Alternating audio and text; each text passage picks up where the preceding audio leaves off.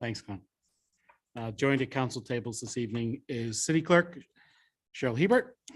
And I would request that the recording secretary calls the roll.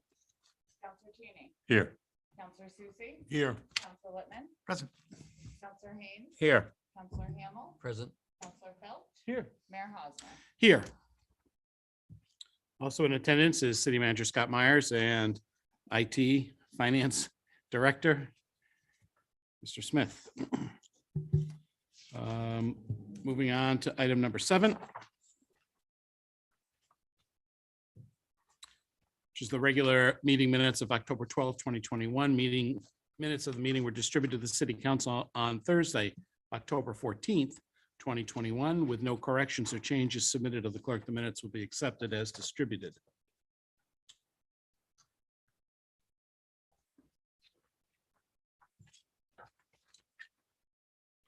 Under 8A, which is a request by the Luathanis Youth Basketball League. LAYBL has requested the use of Laconia Community Center and Conference Room Wednesday through Friday, February 23rd, from February 23rd to the 25th, 2022, from 5 to 9 p.m. and Saturday and Sunday, February 26th and 27th, 2022, from 7 a.m. to 8 p.m. for a fundraiser event. Youth Basketball League is the benefactor of the event. City Council approval is being requested because the event is anticipating revenues above $2,000. There are no direct costs to the city. So right now I'll be looking for a motion to move to approve the request by the Luathanis Youth Basketball League to use Laconia Community Center gym and conference room on the dates previously mentioned. So made by Councilor Cheney, seconded by Councilor Hamel. Any further discussion? Seeing none, all those in favor, please indicate by raising your hand. 6 votes in the affirmative, that motion passes. Item number 9 this evening is citizens' comments for matters not on the agenda. Did I skip over something? I usually skip over that, actually. You were looking at me like I missed something, so. Now would be the appropriate time if you'd like to speak to the city council in regards to matters not on the agenda.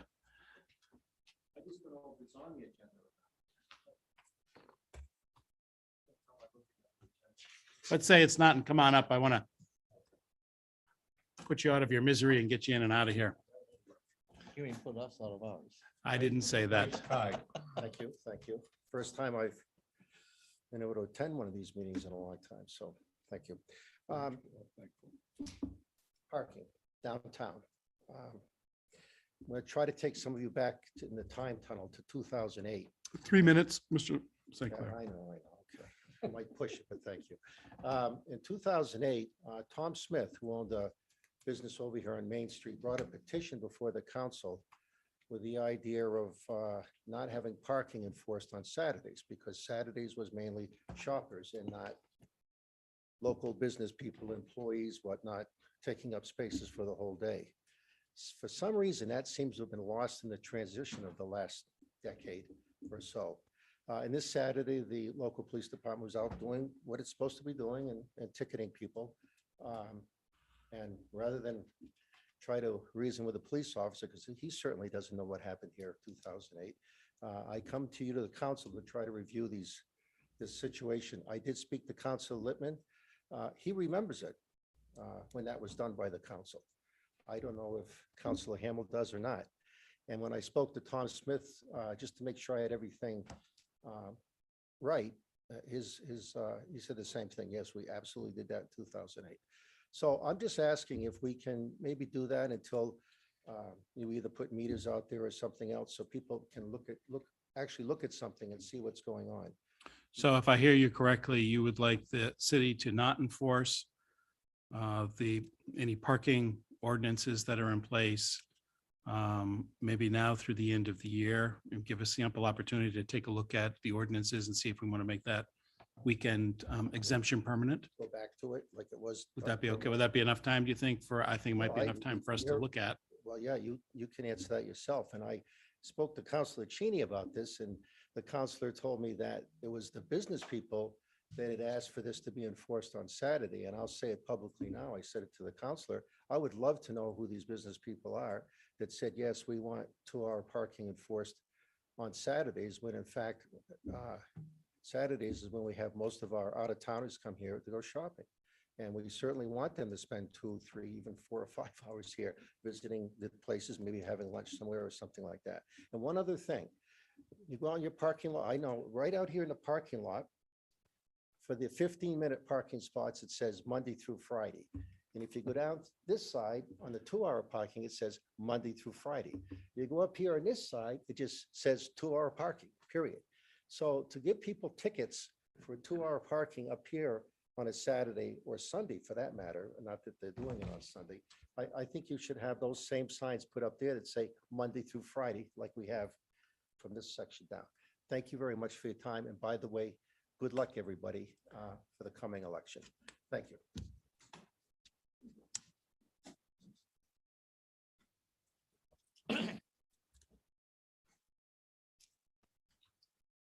Oh, come right up. Absolutely. You don't have to wait to be acknowledged. You can step right to the front, Counselor. Oh, thank you very much, everyone. It's good to be here this evening. Just a quick update. Last week, you sent a letter to the Governor and Council with regards to the real estate brokerage firm. And I've been talking to a gentleman by the name of Roger Diker, D-I-E-K-E-R, who's the first vice president of CBRE, whose administrative services has preliminarily awarded the contract to. He's oversees New England, Southern New Hampshire brokerage, got a fine team, was brokerage of the year at one point. And so I had a very good dialogue with him, not one conversation, not 2, but 3, to be very thorough about their company, what they're all about, and how they're going to provide the service if they are so chosen. They acknowledge quite clearly that they have to work with the city of Laconia, and they have to work with the Lake Shore Redevelopment Planning Commission. They have to work with the mutual aid safety fire service here at the state property, and they have to work with all stakeholders. He quite frankly acknowledged that in order to be successful without getting a buy-in from the city of Laconia and all the stakeholders, they can't sell the property. So it was very rewarding to understand that this gentleman understood that this is a very important project for the state, but also for the city of Laconia, and that if they were awarded the contract, that they would come to the council, they would come to the Lakeshore Redevelopment Commission, and they would go to other stakeholders to socialize what their charter would be if selected as a real estate brokerage firm by the state of New Hampshire. So it was a really healthy dialogue.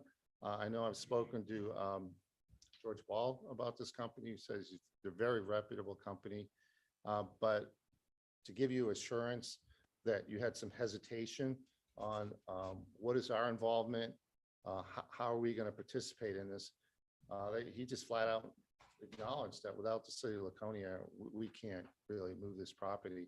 So he mentioned a lot of aspects of the contract itself. They'll have to do a market analysis based on the likely use of the property, develop a marketing evaluation that includes demolition, zoning changes, land use permits, subdivision, utility infrastructure, creating a target buyer list, direct solicitation, plan to attract the highest quality offer. They would be under a 2-year contract where the state, if it didn't work out, could release them after a year. So they're really are in a position where they understand that, again, they have to work with the stakeholders. They understand that this is really a mixed use concept, whether it's single housing, whether it's a conference center, open space, some other type of development or public access or recreational purposes. They are going to work with the city and the commission because they acknowledge the commission has a wealth of knowledge that they want to use in order to move forward if they're selected. I think to sum it up, they said this: there is a current upside to the real estate market now, and there's an appetite for this site. That appetite might not exist in the future because of the market forces that are currently out there. So that was a very good point that he brought up. But ultimately, they do have to get value of the property, for its intended use. But they also have to understand that there has to be environmental mitigation that's going to satisfy the potential bidder, so they understand what they're getting into. So as they work through this development, they understand that there's value brought back to the developer who can make a profit as well. So I was just wanted the council to understand that, I took this seriously. I've had a series of conversation with the real estate brokerage firm. We're in the voting mode, if so to speak, in Concord. They can't come before you now and interview for a job, but they've asked me to kind of be the middle person between the state, the council, and other stakeholders, so that I can say, that they are going to work with the city. And without my involvement, without your involvement, this is not going to go anywhere, that they are going to be a true partner.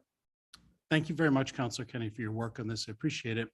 And I greatly appreciate their affirmations and their willingness to work with the city and taking our expectations into consideration. I think that's critically important to the success of the project as well. So it would seem to me that if we were to offer you some language that could be included in the contract, which essentially said that the city council would have an opportunity to vote on any sort of development or any sort of offer. It seems like they're in a good position right now to accept that, but would you agree? Well, from my standpoint, Mr. Mayor, I could offer that in resolution language. I'm not sure if I can change the contract. Otherwise, we'd probably have to go back out to bid. And so what I could offer is a resolution from the council, that language if it's necessary. Well, I think it is necessary because as much as I appreciate the affirmations, my inclination and this is not meant to be critical of you in any way, shape or form, but somehow assurances coming from a state or a vendor from the state, they often sound great, but do they ever live up to the actual letter of what was promised at one point? I'm just a little hesitant in that regard. And that please don't take that personally. And it's not meant to be. Contract for 1 year. Right. Councilor Chidi. Well, and thank you, Counselor, for your efforts. I appreciate it very much. Mayor, I would submit that this is the contract with the company that's going to market. I think we need to worry about the kind of language you're talking about with whoever they sell the property to. I think that's more critical. I think it is as well, but I think if we get it in writing now and 2 years from now, when let's say all of us are no longer here for some reason, that is memorialized in writing and lives on beyond us and fulfills our expectations today. So I'm not looking to rewrite any particular contracts. I would say if we could have a resolution that's included by reference to this, that may be acceptable. I would be glad to draft up a resolution, get it back to, because we'd have to vote on it as a council, I would suspect, or would you like to provide the language? I'm sure that I think we can maybe provide the language. I'll work with the city manager and he can certainly send it out to us and get it back to you as quickly as we can. Our goal is to get it back to you so you have it by Wednesday. I know that's a sort of a short fuse on it. I'll do our very best and I'll follow up with you tomorrow evening if we've got it. Is that okay? No, that's great. That works out super. I'm on call 24/7 until Wednesday. Thank you very much. You know that. Thank you. Thanks, Counselor.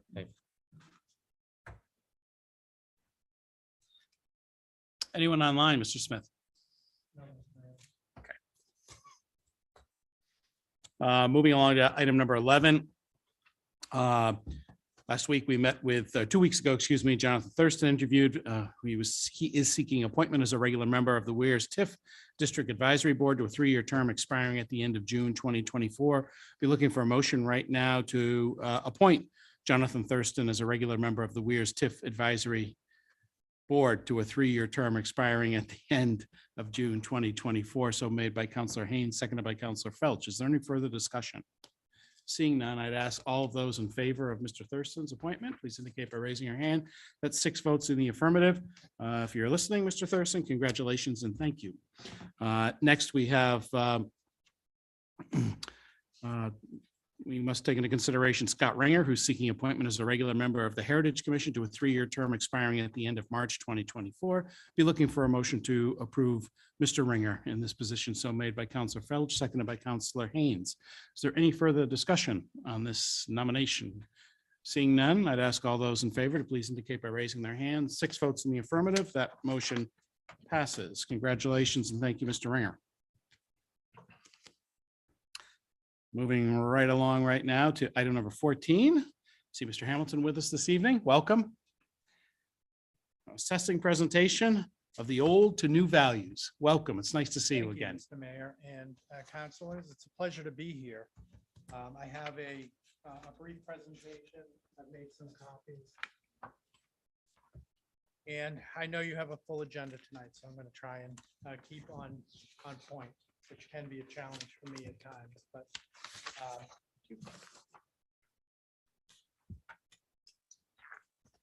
We can put you on a time limit if you like. no, I don't think that will be necessary, unless you've been speaking to my wife, and then she may have alerted you to something. This evening, we really just want to go over some of the timelines for the completion of the final steps of the valuation update process. Annually, we undertake a valuation update for all of the properties. I want to review with you the results of the valuation update for this year, review some of the preliminary performance statistics, and look at the process for researching individual assessments, informal reviews, what taxpayers can do if they're concerned about the valuation result for their property. It's typical that we'd be a little bit earlier in the season. These valuations seem to be getting dragged out on an annual basis. We hope to get them done the 1st of September. We need to get them done by the time we want to set a tax rate, because without the revaluation results, then we can't have a tax rate. There are challenges every year. One of the persistent challenges has been, the availability of some of the utility values from the Department of Revenue Administration. They've been delayed a number of weeks this year, and hopefully they're deploying some new technology for next year to try and get them out a little bit earlier. Equally important, we had some staffing changes, and we had to do a lot of training this summer to get some of our staff up to speed. So the valuations will be posted on the website by the end of this week or the beginning of next week. Individuals can look up the assessed value of their individual property or any of the properties in the city. The summary report of values, that MS1 report that allows the tax rate to be set, that preparation has begun already. We are waiting for a finalization of 1 or 2 numbers from the DRA for their utility values. Our goal is always to stay out of the way of the tax rate setting process. I've been in communication with the finance director to make sure that we can complete all of this in a timely fashion. We don't anticipate any delay in the tax rate setting process because of the revaluation. The valuation update issues this year. There are some challenges every year, but this year especially, it's the large increases in residential property values. That is a significant challenge, not only here in Laconia, but in most all of the corners of the state. Condominium values are included in that as well. There are large increases in the condominium values as well. The challenge this year has been to keep the percentage increases under control while attaining a market value estimate of all of the properties. When we're making these annual adjustments to property, we don't want to have to advance the value significantly in any particular year. But that has been a big challenge here. We've historically tried to be very restrained in the increases in any particular class of property But there will be properties that will see a 20% increase in value this year because of the way that the real estate market has been performing. Hopefully, that won't be the majority of people. Most of the property owners will see about a 10 to 12 or 14% change in the value of their property. Overall, the value of the city has increased by 8% this year. And that's twice the rate of increase for last year and the 2019 revaluation as well. So these increases in values have, the pacing has pretty much doubled in the last 12 months. We're focusing on location and neighborhood factors, trying to find a way to come up with uniform changes in value within particular locations and condominium complexes rather than focusing on a style of a particular home. We have a summary of the resulting values, excuse me, and percentage of change from the 2020 value estimate to the 2021 value estimate. These are the total sum value for all of the property in that category. And from time to time, those properties change individually, but they also change in the number of properties that are represented in that pool.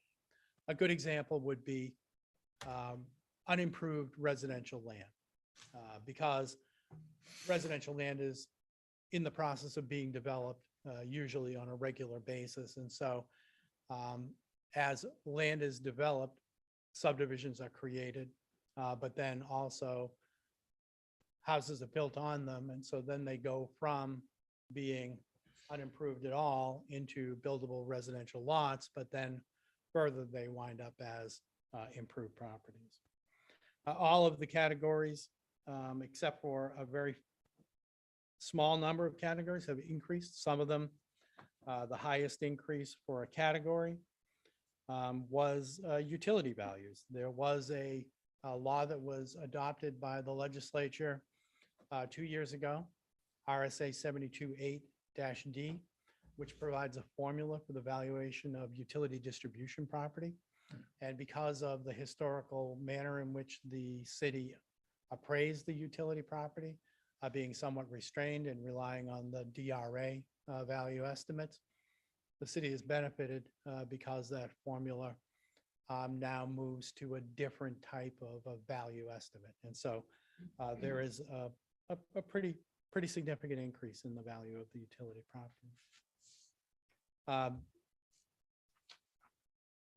If we look at it overall, the values have been increasing from a little bit over 2 billion to over 2.5 billion. That's the net taxable value. So not considering the value of exempt properties. So that's the net taxable. Of course, there will be some adjustments that get applied in the MS1 finalization. There are TIF adjustments that get applied, and then there are adjustments for the locally granted personal tax exemptions. So for elderly and disabled, the blind, et cetera. There may be a few adjustments that need to be made prior to the finalization of that MS1 report. And certainly if there was anything of significance that had to be adjusted, I'd be back to report to you any differences in the filed report. There is a couple of slides that show the performance statistics for different categories of property based on their location. The important statistic that we measure is the median assessment to sale ratio. And that tells you what the midpoint is of any of these groupings of statistical measurement.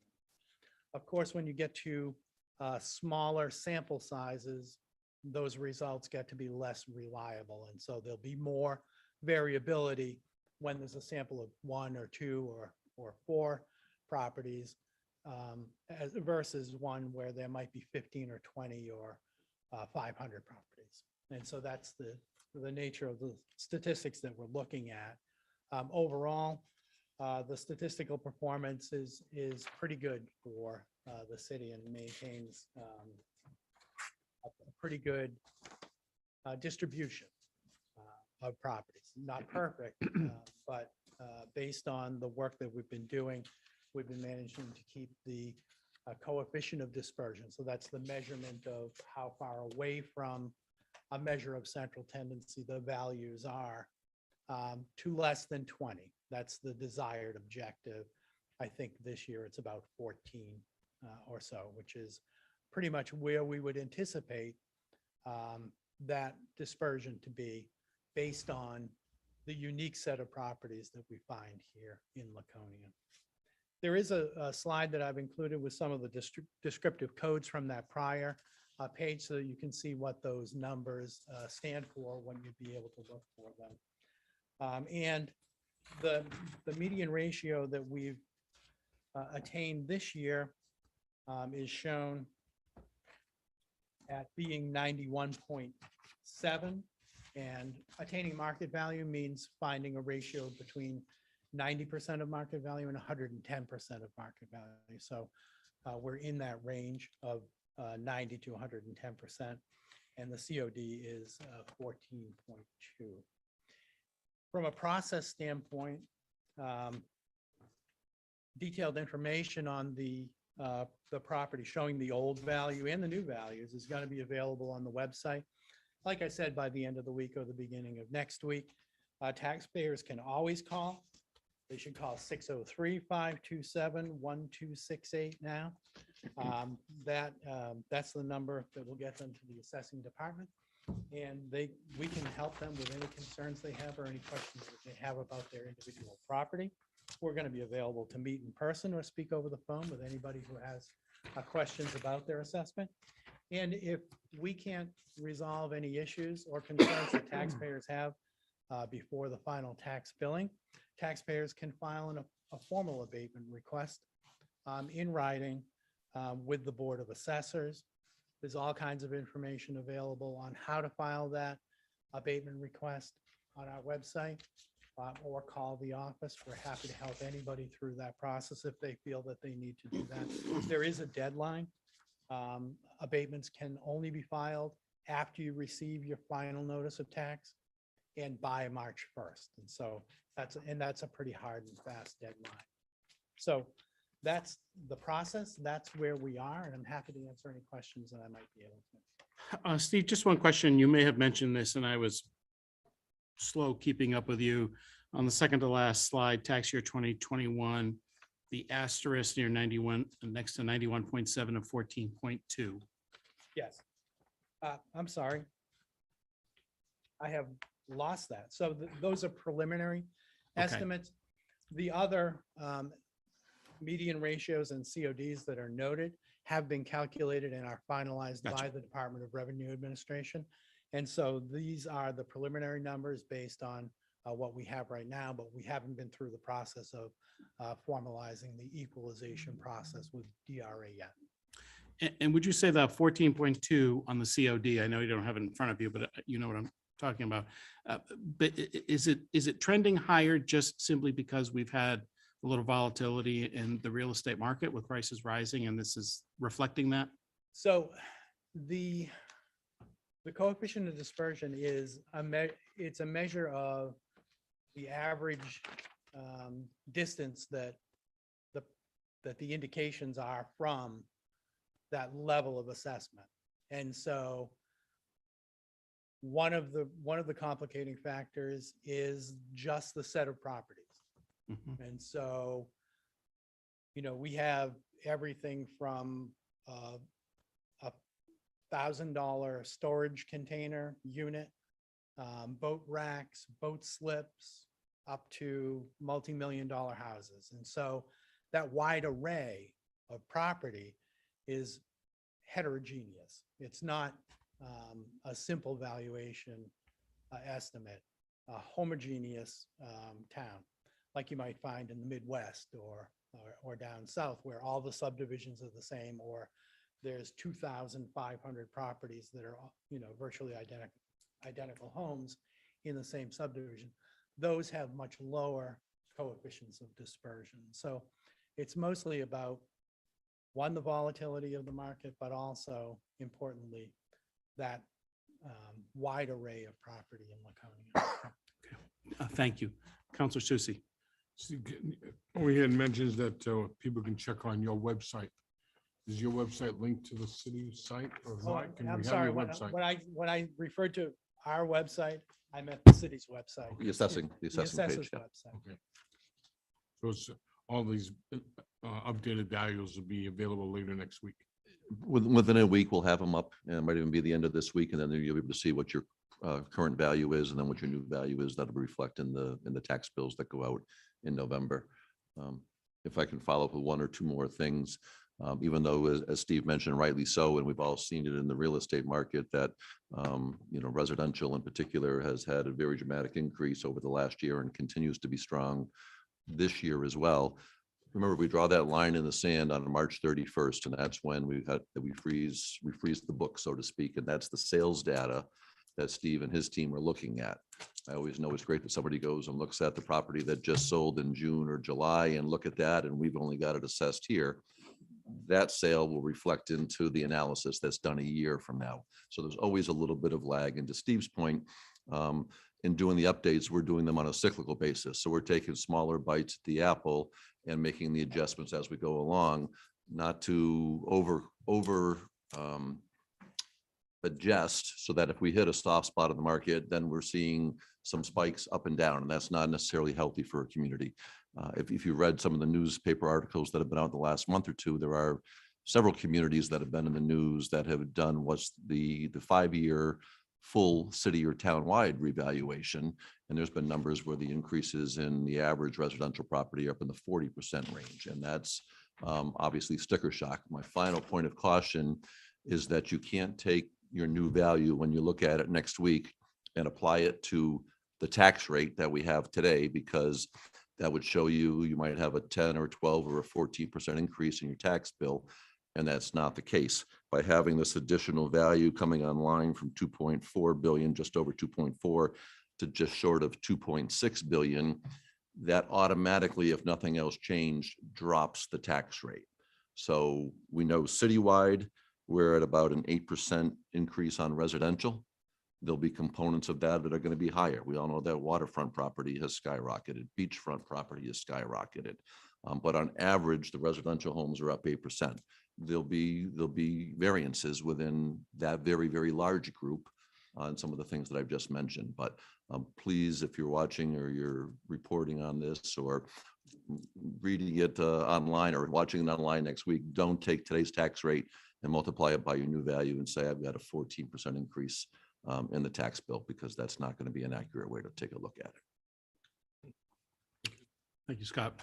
Any further questions to Steve? No. Thank you very much. Nice to see you again. Mayor, Council. Thank you. Thanks, Chief. Thank you.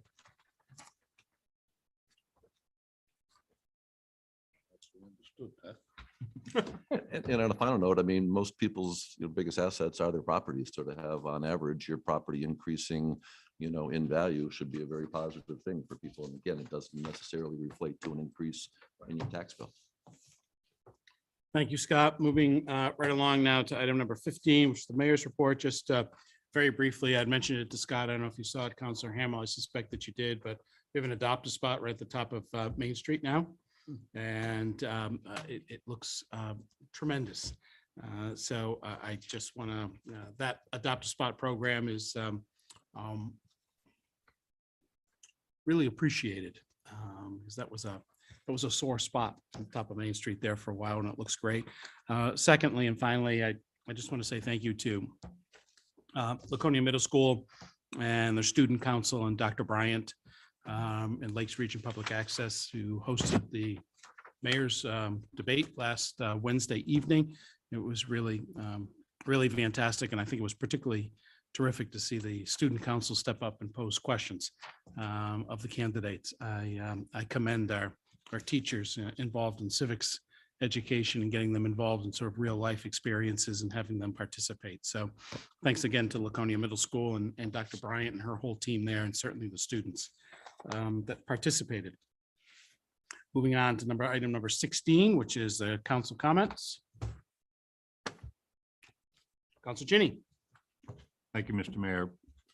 I believe we all received a note about the crosswalk at South Main, and I'm hoping that we can refer it to a committee or whatever needs to be done to start the process to get that done.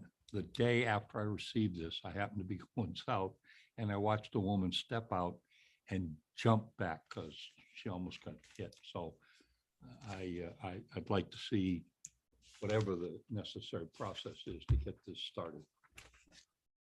If I might.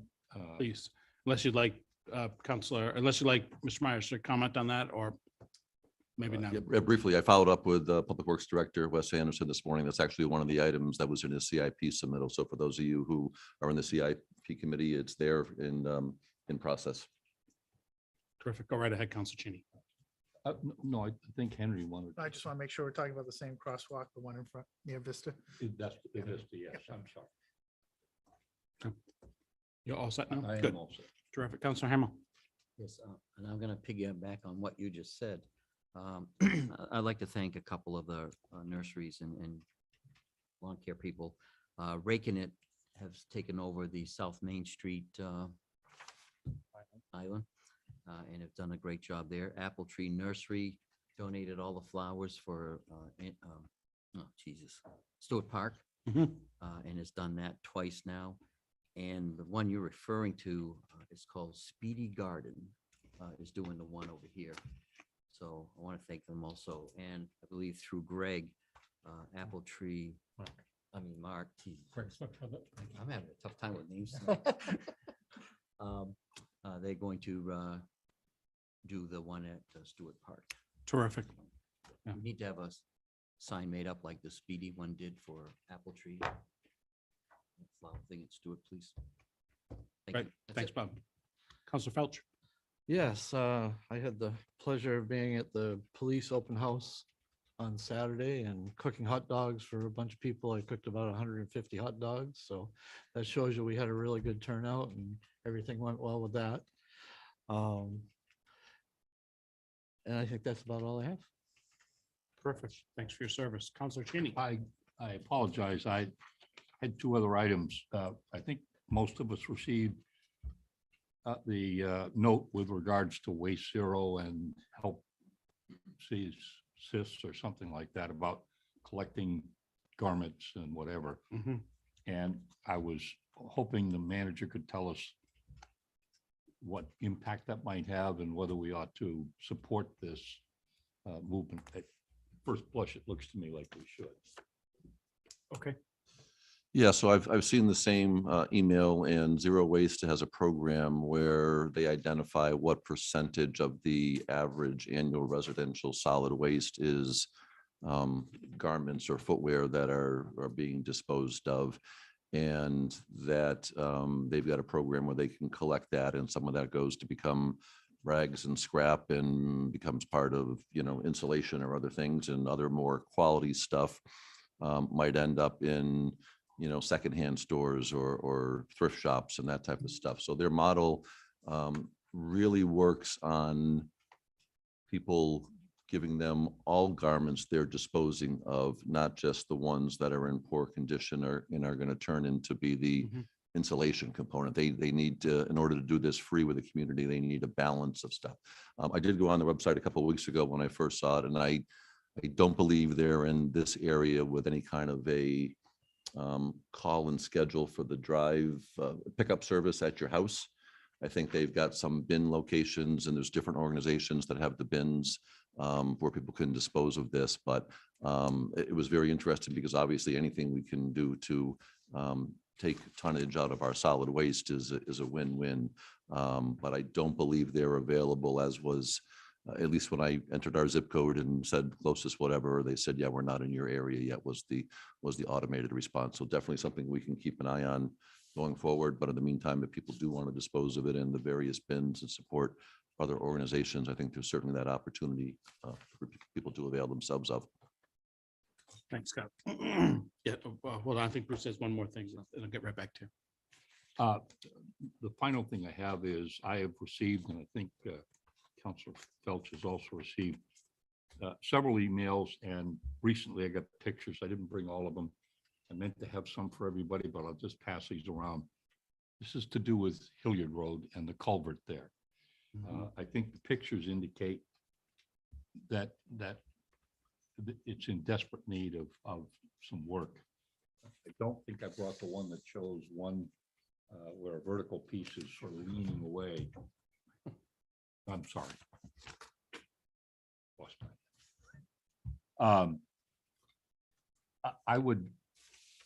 I know, I've read the Director of Public Works response to those things, and all of which were reasonable and appropriate. But I think, as he suggests, the city doesn't have a huge infrastructure budget. But I think this is bordering on an emergency. And any of you who haven't been on Hilliard Road in a while ought to take a ride up there and look at that culvert.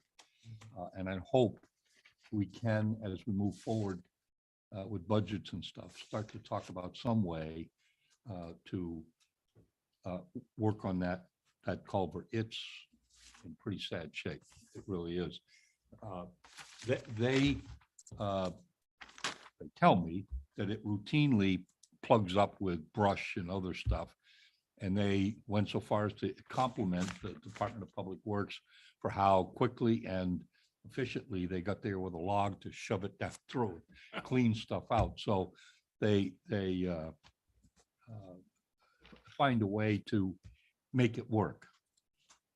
But I'm not sure how much longer it's going to work. And I'd like, again, if there's an appropriate committee, I'd like to see it review that. But I'd ask all members of the council to go take a look at that culvert. You might have a comment. I just agree with you, and I have looked at it, so. Is there a cost that we know? That I don't know about cost, but I'm wondering if you might have some time on Wednesday morning to look at your schedule, see if you, Me? I'd love to take a ride up there with you and see what Yep. you're talking about. I would have to be late morning, early afternoon, Wednesday, because I could do early afternoon, so maybe we can talk after this, but I'd love to go up and see what you're talking All right. about. And okay. And I don't think we have any budget for it, or perhaps the director has some, ballpark figure for what it might cost. But I think it's something we ought to fix before it gets, we strand about 50 families out there Right. behind the culvert. All right.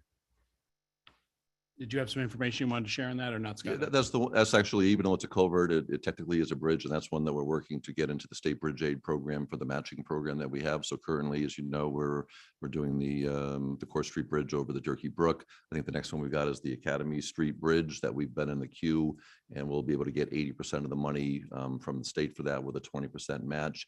Not a lot of money in the state 10-year bridge aid program right now. It's been stuck in a $6 to $7 million area number-wise for the state's matching funds available. That doesn't get you too many bridges.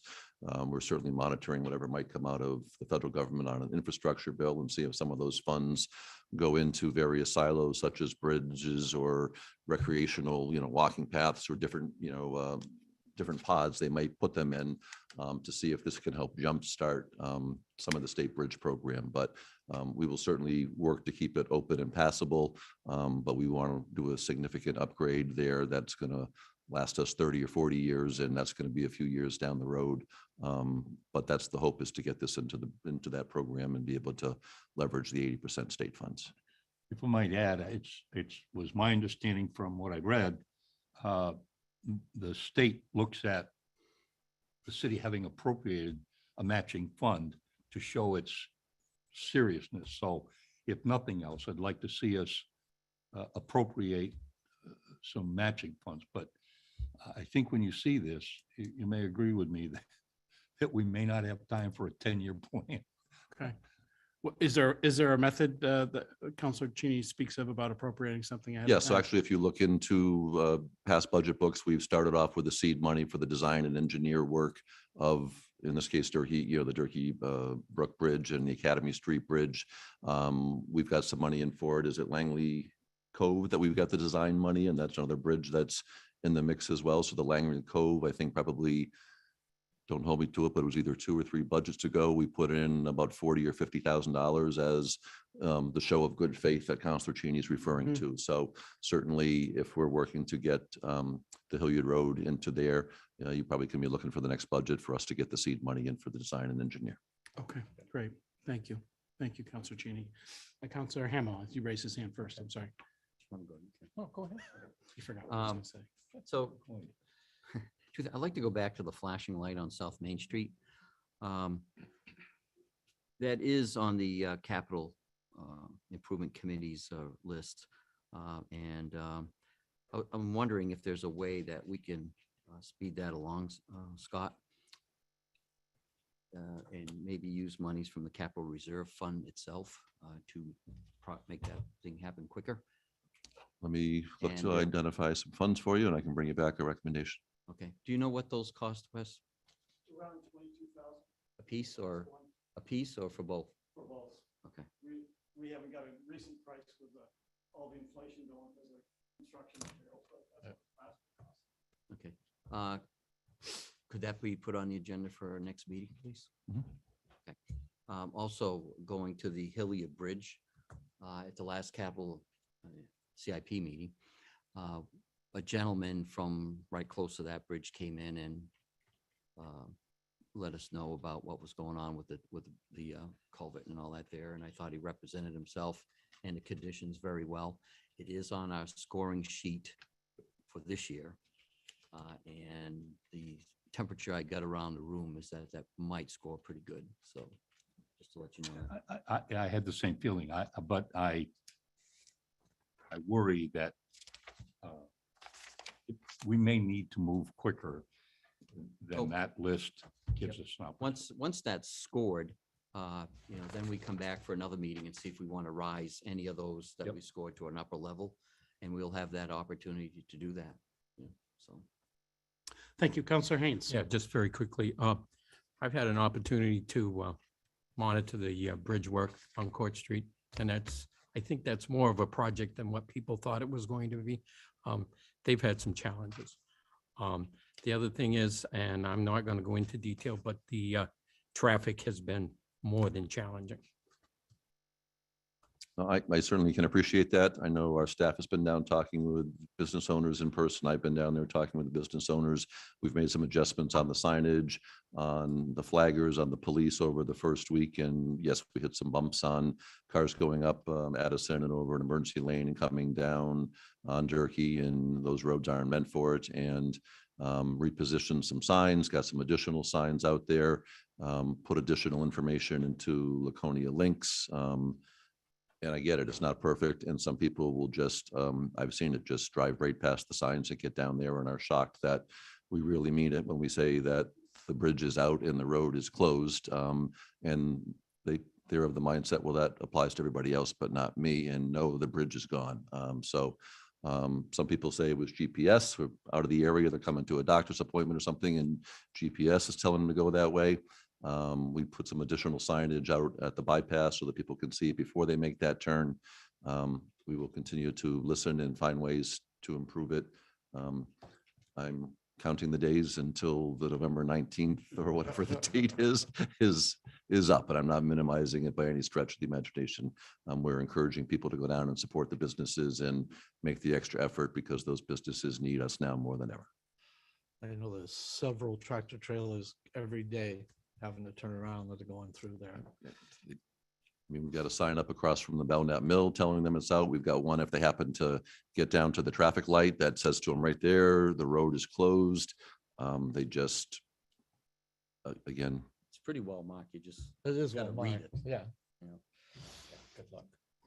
Okay, Thank you. no problem. All right, moving along to committee reports, number 17 on our agenda. Any committee reports or liaison? Committee report or liaison? Counselor Hamel? Committee. Terrific. Okay, thank you, Mayor. Land and Buildings Committee had a meeting tonight on the parking garage. And we had Bob Durfee here from Du Bois and King. Wes Anderson was here also to provide information. And so what we're going to do is we're going to wait until, we're going to hold another meeting, Scott, on November 8th at 6:15. So if we could get that on the schedule. So possibly at that meeting, we might be able to suggest a engineer and architect to do the project. And at that point, if we do that and bring that to the council at that night, then we have a sheet with all the timelines of, for public information meetings, for the design team to have their paperwork in. So Du Bois and King has been on this parking garage for, let me think now, what year was it, Scott? 19? 94 or 97. Or something like that. At one point, we hired them to do the engineering on the garage and the architectural. They had a fair amount of it done. And then the council at some point decided that we weren't sure what was going to happen to the parking garage with the retail down underneath, stopping their business and then starting it and that there. So anyway, they have gone quite a ways on the redesign of that garage. So we need to talk to them some more. And at the next meeting, we'll come back to the council and kind of give you our thoughts on the direction. As far as how the whole setup would be, we're probably going to be looking to do a construction manager type of a construction bid, where the construction manager will at some point have all the information he needs for the design plans and the plans to go out for bid. He will be that firm will be the one that will send out all the bid process to all the individual contractors. He'll gather all those and then come back to the city with what the bids came in at and to see if we're over or under. So that's kind of where we are right now. We're going to have, like I said, Mr. Stewart come in and then Bob come back in on the 8th. And so we can have some more questions for them and see their timelines. Mr. Mayor? Yes. Well, Bob, is there any timeline to a general timeline for when you think this is going to be, be able to bring something back from the construction firm, the manager, or something layout of what this is going to be? Okay. If we go with the firms that have been doing it right along, Right, save time keep and money. safe, yeah, I mean, it's like I said, why reinvent the wheel on something they've already been working on for, decades, so. He's saying that they could probably have the final design in June of next year. So that gives us ample time, if we want to, we could even speed it up, to do the contract manager. They need to be involved at some point throughout that design, because they would know availability of materials, steel or whatever, and give a time frame for that. So they should be involved with the architect engineer so they'll know what to order or what would need to be done. And then I think the bid process could probably start in the fall of 22, and then have a construction probably beginning in the spring or of 23. Thank you. Counselor Lippman. Like to ask the manager a question. We have to follow a procurement process here, right? Do we not? We do for the Respect construction, that. we do for the construction manager part of it. So that'll definitely be something we go out to bid and start off with the request for qualifications and then interview whatever number of candidates that the council feels. We did the procurement process it's years ago now, but we did that when we selected to go with Du Bois and King and Stewart Architect to do the original work. So this is just would be taking them off of the pause button if we went that route. So probably in January or so, January, February of 22, that's when we would send out the RFP. And then, depending on how many come in, say 10 come in, we can whittle that down if we want to interview 4 and then pick from that 4. So, we could do that like January, February. Okay. that's kind of where we are right now with that, and we'll have more information at the At the next meeting, at the end of the yeah. next meeting. We can have the breakdown of timeline next meeting too. Pretty sure. Well, I think this is probably a Right. good timeline to keep right now. Oh, I agree, but we'll have and- it for the rest of the counselors. Oh, yeah, One question I have on this, and we started this work, everybody should have this. we started this work in 2016, if I'm not mistaken, correct? Some of this, this work has been started, but in 2016, if I heard that correctly this evening, right? Some of the architectural work and the engineering assessments and I things of think, that nature. Yes, So, I mean, it's been out there for 5 or 6 years right now. One of the questions I have is, is the work that's been done up until this point dated in any way? well, I asked him that question. Obviously, time has taken more toll. So he said that most likely there are some areas that are probably degraded some.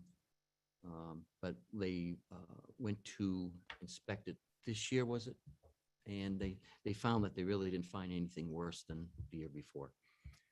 So, Yeah, so well, I think we've anticipated the increase in costs. I mean, one of just the design layout as well. I mean, have things in the parking garage world change significantly as far as materials, layout, design, things that would inure to the benefit of the city. So, and that would be one question that I have right now. I mean, I think what I've learned is I have a very strong desire to have that garage rehabilitated to the point where people like it well enough to use it and feel safe, and it lasts another 3 decades or more. right. But I also have realized too that there's a whole science and a whole industry of parking that's out there, and I want to just make sure that we are aware of what's out there for firms, for designs, for construction that has anticipated what the future might look like as well. So we're available to just be poised, or the next generation can be poised to add on or do any sort of additions that may be required. I realize it's tough to predict the future, but I want to make sure that we're dealing with stuff that is timely and relevant right now and cost effective. So just a thought I had. And so thank you for chairing that meeting this evening and getting So- that information out. Yeah, so what you just stated is something that was asked of Du Bois and King, that we do it right the first time. But they basically involved with the structure itself, as far as, the steel, the decking and that kind of stuff. The architect will be the one to make it look as best as it can. So, and with that, we want to hold several public hearings, get input from the public, the businesses downtown, and the people that own the stores and things like that. So we plan on having public hearings on this also to give input. Hopefully they can come. We're looking for our first possible public information hearing on January 22nd. And it'll be a so-called design phase 1. And then whatever public input we can gather from that, then maybe the team could go back and look at some of the things suggested. There was several public input meetings that Wes held when they remodeled the bridge downtown. And that over time evolved into something different from the very first beginning to what it is now. So hopefully we can get some good input. I'm sure that, the architect will listen to what we want. We want something that's attractive, that's safe, that people are going to be able to go there and feel safe. So lighting, security cameras, and egress, with an outside glass elevator with glass stairway is important. So as I said, we want to do this right. Thank you, Counselor Hamel. Counselor Susie. One question, I know it's probably preliminary, but is there for the Mr. Manager and the counselor, what is the bonding timeline? Because right now, as we know, very low, very cheap, you might say. And where can we start looking at that kind of thing? Maybe to try and jump ahead of the game, or at least save us some money. I think city manager weighed in on that a little bit during the course of the committee meeting tonight, but It'd be helpful to go over it one more time. Yes, thank you for the question. So absolutely, we're looking at interest rates and what it may do. Certainly, all indications are that interest rates are going to be increasing, although not necessarily at an alarmingly fast rate. So we'll continue to look at options. The New Hampshire Municipal Bond Bank is an option for us. They typically do offerings twice a year in July, in December or January, somewhere in there. Also, we've got local banks who have bid on our projects, in the past. So once we start to get a little better focus on the number, we can start looking at the options and when it makes sense to go out and lock in rates and work with the Finance Committee on that. Counselor Lippman. Just like to point out a couple things in terms of, the timeline that we've been working under. I think one issue that people may not recall, that's worth, I think, just putting out there again, is that the city didn't initially control the entire structure to be able to design it. So one of the things we did accomplish along the way here is to get control of the entire parking structure so that we could come up with a plan and we didn't have to fight with other folks in terms of how much we were going to spend on the garage. So that was, I think, one key thing. The other key thing that needed to fall in place was the Colonial go or not. And those are two things that have affected the timing here. That's a good point, Council Lippman, that you brought up, is the fact that the city did not own the entire decks up there. I believe it was like 23 spaces on each south end on both decks, roughly, something like that we did not own. So for the city to go in and, because they're saying, well, why is it taking so long? I think we purchased the other end of that for $1 or a couple of years ago, maybe now. So we own both decks, all the spaces now. We tried at one point to bring up the fact we're going to rehabilitate our portion, and then will you do yours since we're doing ours? And I believe the answer was no. So Can't so build you're a going half to a have garage. one end okay and the other end maybe not okay.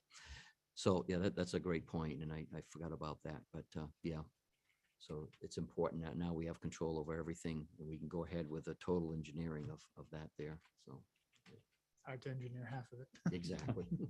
Terrific. Any other committee or liaison reports right now? Okay, seeing none, go on to item number 19, which is citizens' request to comment on current agenda items. Anyone here in the audience like to step forward on a current agenda item? Anyone online, Mr. Smith? You sure?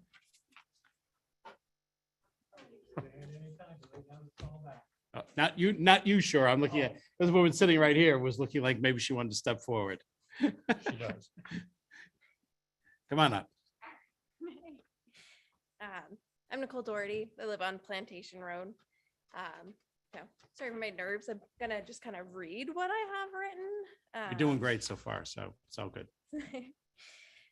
So during our meeting with the city management earlier in October, it was discussed that the residents of the roads were told that the road was public prior to purchasing.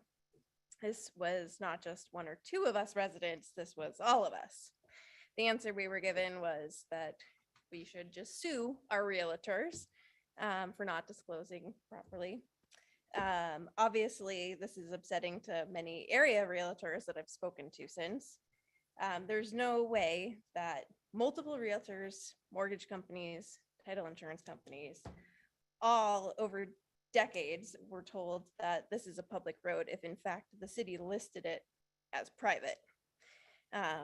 We now also have proof with the letter written by a city official that the city has been stating as far back as 1998 that it is listed as a public road. I would also like to bring up a New Hampshire Supreme Court ruling regarding implied dedication and acceptance for the creation of a public road. In the case of Hirsch versus Ponsky in 2007, the doctrine of implied acceptance was looked at, and it was found that the rule of municipal highways are not only created by formal vote or other formal mechanism of dedication and acceptance, but with implied acceptance.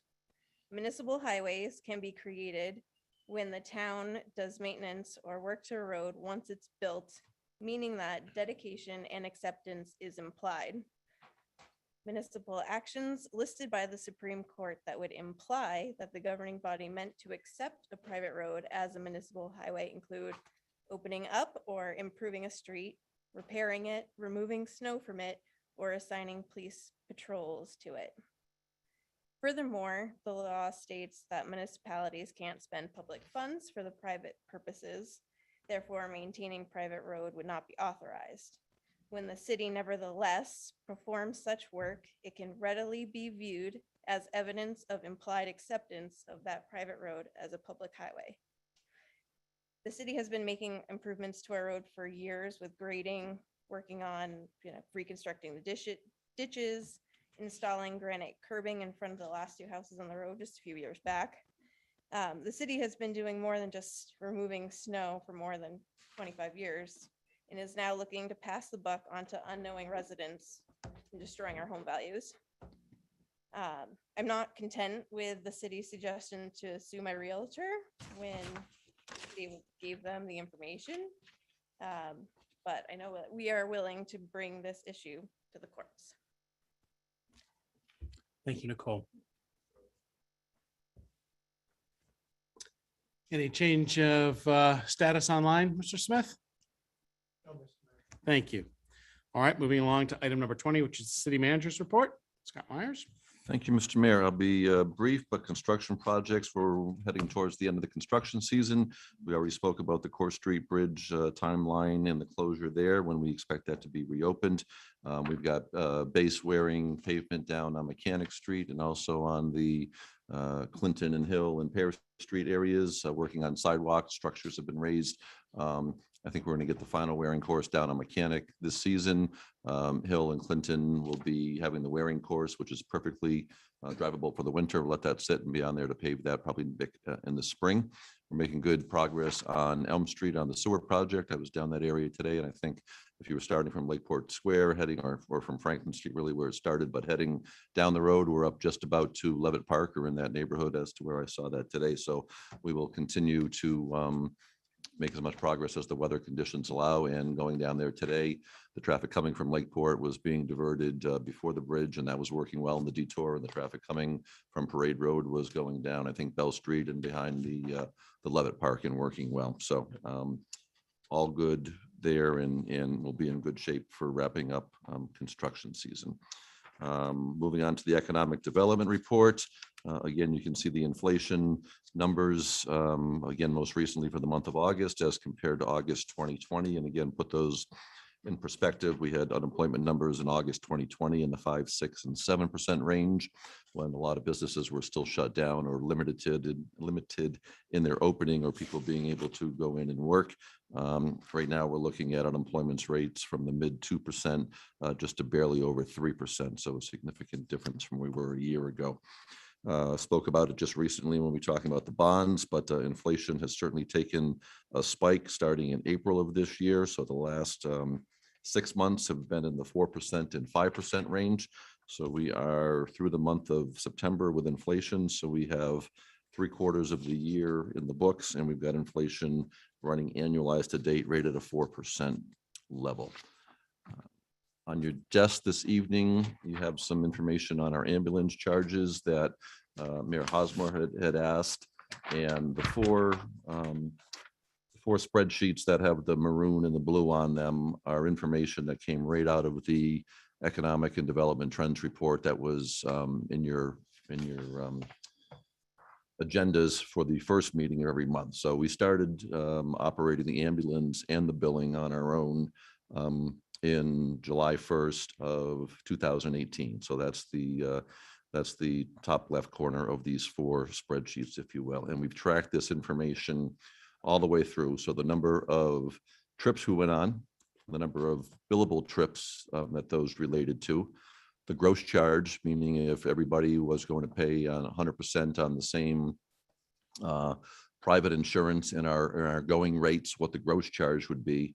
And the net charge reflects actually our payer mix of folks who are on private insurance, who have no insurance, who might be on Medicare, Medicaid, A workman's comp could come into play there. So basically on what we would expect our gross charges to be, and this is run pretty true over the 4 reports that you've got in front of you, it's almost scaringly true, is what we're able to charge on our net billing is 50% of our gross charge. So for instance, in the fiscal year 2019, our gross charges would have been 2.8 million. Our net charges, depending on our payer mix, was half of that, 1.4 million. You can see the column in all of these for write-offs. You can see the payments to date, and you can see the payments broken down by month, and not by month of when we received the payment, by month when the service was delivered. So we've actually siloed them out, and we can go back and say in August of 2018, we had 315 billable trips, and we collected $89,000 in change, and that was 67% of our net amount. So again, if you tally these all the way out, again, it's very close. You can see that based on our net charges, we're in a position to be collecting 68, 69, 70% of our net. And that's been a trend that's been carried through right up until today. Obviously, we can't control how many times the ambulance gets chimed out through dispatch. I mean, if people need an ambulance, they call for it. If they don't call for it. So it's not like we can go out and be drumming up or marketing this more to be, producing more trips and getting more revenue. We have a billing company that is incentivized by, they are able to keep a percentage of amount collected. So that's their incentive. We know there's a lag time on some of the companies paying, and it can be as much as 90 or 120 days or longer. Once we get to a dead end where either we haven't, maybe the insurance chimed, but there was a deductible that the patient was responsible for, or somebody didn't have insurance. And if we hit a dead end in collecting, then it goes to a collection agency, different than our billing company. And they're also incentivized on how much that they're collecting to it.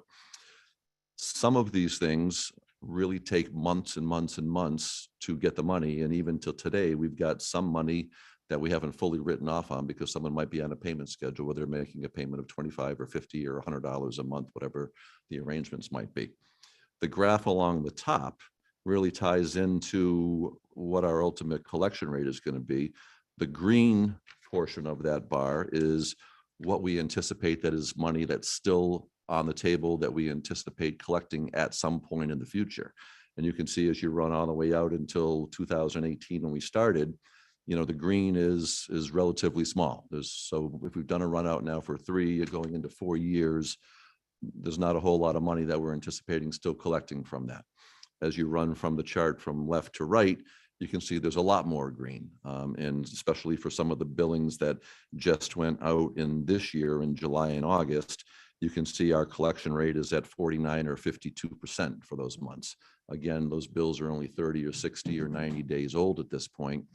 We know that over time, and with the trend that we have here, we're going to end up collecting the 68, 69%, but we need the time to do that. So we think we've got very good tracking. We definitely saw a reduction in billable trips starting in the middle of March in 2020. Basically up until last May or June, or this May or June, I'm sorry, of this calendar year, because of COVID. And then the trips just went down significantly. People weren't leaving their houses. They weren't trusting that they wanted to ride in an ambulance or go into a medical facility. So some folks were less active, therefore maybe less prone to an injury or an accident or whatever the cause might be. And also, less trusting of wanting to leave their house during COVID time. So you definitely can see a reduction in the billable trips. The news right now, as you look at it for kicking off this fiscal year, starting in July, is the billable trips are basically back up to where they were. And for whatever reason, if you look at just in the bottom right quadrant right now, the net charge for the July billable trips and the August billable trips are the 2 highest numbers over the entire 3+ years that we're looking at. So I'm not sure if a payer mix has changed a little bit or what's driving it, but we see a significant increase in the net charge for these 2 months. And obviously for trying to run this as a fiscally solvent enterprise fund, that certainly is a trend that we like to see. On the net charges are increasing there. So That's the history and the tracking that we have for ambulance, and we feel confident when then we speak of over time, we're going to collect close to that 70% number. So Scott and Glenn, this is a terrific report. And I think the year-to-year analysis and the consistency of some of the percentages across the board is really remarkable to see in and of itself. So I think we are able with 1, 2, 3 full years now, we can get some sense of percent billable, percentage write-offs, approximate payments on a yearly basis. This is great. I think the next step on this, and we may have discussed this at one point, and forgive me if we did, is how do we determine the cost to run the ambulance? How do we break that down to so it can be compared against what we're bringing in for revenues, and how is there a delta? What you have in your budget book with the special revenue account for ambulance is nowhere near close to what it truly takes to operate the ambulance. And when we had a discussion a couple of years with the council of privatizing or keeping it in-house, and then when we were tasked with coming up with a budget of what this is, for the desired approach of trying to keep it consistent with what the hospital was really providing the funding for at the time, when the thought was the hospital is paying for the ambulance and the cost to run the ambulance, we used that methodology. And what the hospital paid for back in the day was our 4 highest ranking paramedics, most senior paramedics, and the deputy EMS chiefs. They paid 5 positions in the budget. So in the budget that you approve, we've got those same 5 positions in there. The hospital backfilled the supplies. It covered maintenance on the ambulance. It covered replacement of an ambulance when needed. We have all those expenses into the special revenue account for the ambulance. So it's as an apples to apples comparison as you can make. The difference being that the hospital billed and collected the revenue and the city didn't see any of the revenue. The expenses was paid. My recollection is that the hospital was generally collecting in about the $700,000 to $800,000 ballpark number, again, to fluctuate a little bit on any given year. And we're up in the $900,000 collection. So I think our approach is, at least when you go back to, the fiscal year 2019, we collected $975,000. The fiscal year 20, which you've looking at, is 850, but we know we've got some money still on the table there. When you think about operating the ambulance and the way that our fire staffing is set up, we have 4 platoons. If you're covering the 4 most senior medics, what the hospital was doing and what's in your budget right now is really paying for 1 medic per platoon. And we know that when the ambulance goes out, there's 2 medics on it. And if there's another call for a backup ambulance or a second ambulance call at the same time the primary is out, 2 of our other firefighters, who are all trained either as EMTAs or as paramedics, are on that ambulance to go out. So we are trying to model our budget the same way that the hospital did, just to try to have an apples to apples comparison of what it cost. But this area here and the actual cost in your budget book does not cover 100% cost of running the ambulance. And it never did when the hospital operated either. The flip side is, not only are these paramedics and EMTAs advanced, they're also firefighters. So these same folks are on the trucks, on the engines, and going and handling, emergency calls of the fire nature. They're out doing inspections of properties and gas hookups and different things to it on the inspection world. Sometimes they're in the schools doing, training with the kids. So there's a lot more that they're doing rather than just being on the ambulance. And we rotate the people through, so it's not always the same people. But I think that's a great message, or a great information to get out is, this doesn't cover the entire cost of our running an ambulance, but it never did even when the hospital was operating it as well. So what would you suggest it would be the best manner, and we don't have to, maybe just for future discussion, to get our arms around the cost of an ambulance? Usually he used to provide us at the end of the year, the net revenues versus the expenses, as you described the allocation. That would seem to me to cover that. point. Yeah, so we'll have that coming up. When we've closed the books now and the auditors are working on them. So we'll have some, those details firmed up, now that the books are closed, and we can certainly get preliminary numbers to you there. So that's not a problem. We can show you. And again, like I mentioned, the revenue is one of those things that generally speaking, we can't control. But Chief Biotti and I are meeting tomorrow. We're making sure, as we do every couple of years, that we're current on our billing amount through whether it's the federal programs or other rates that we may need to have, looking at what other communities are charging and making sure that, we're in line with, where we need to be. Not that we're trying to, overcharge people for ambulance, but we, as it's not something that breaks even for the city. So we Okay. need to be able to maximize those things. Okay, all right. So it's a topic for future discussion as we Absolutely. wrap up. Yeah, Yeah, we okay. can continue to provide you updates. Thank you very much. Thanks again, Mr. Smith. Go right ahead. Yes.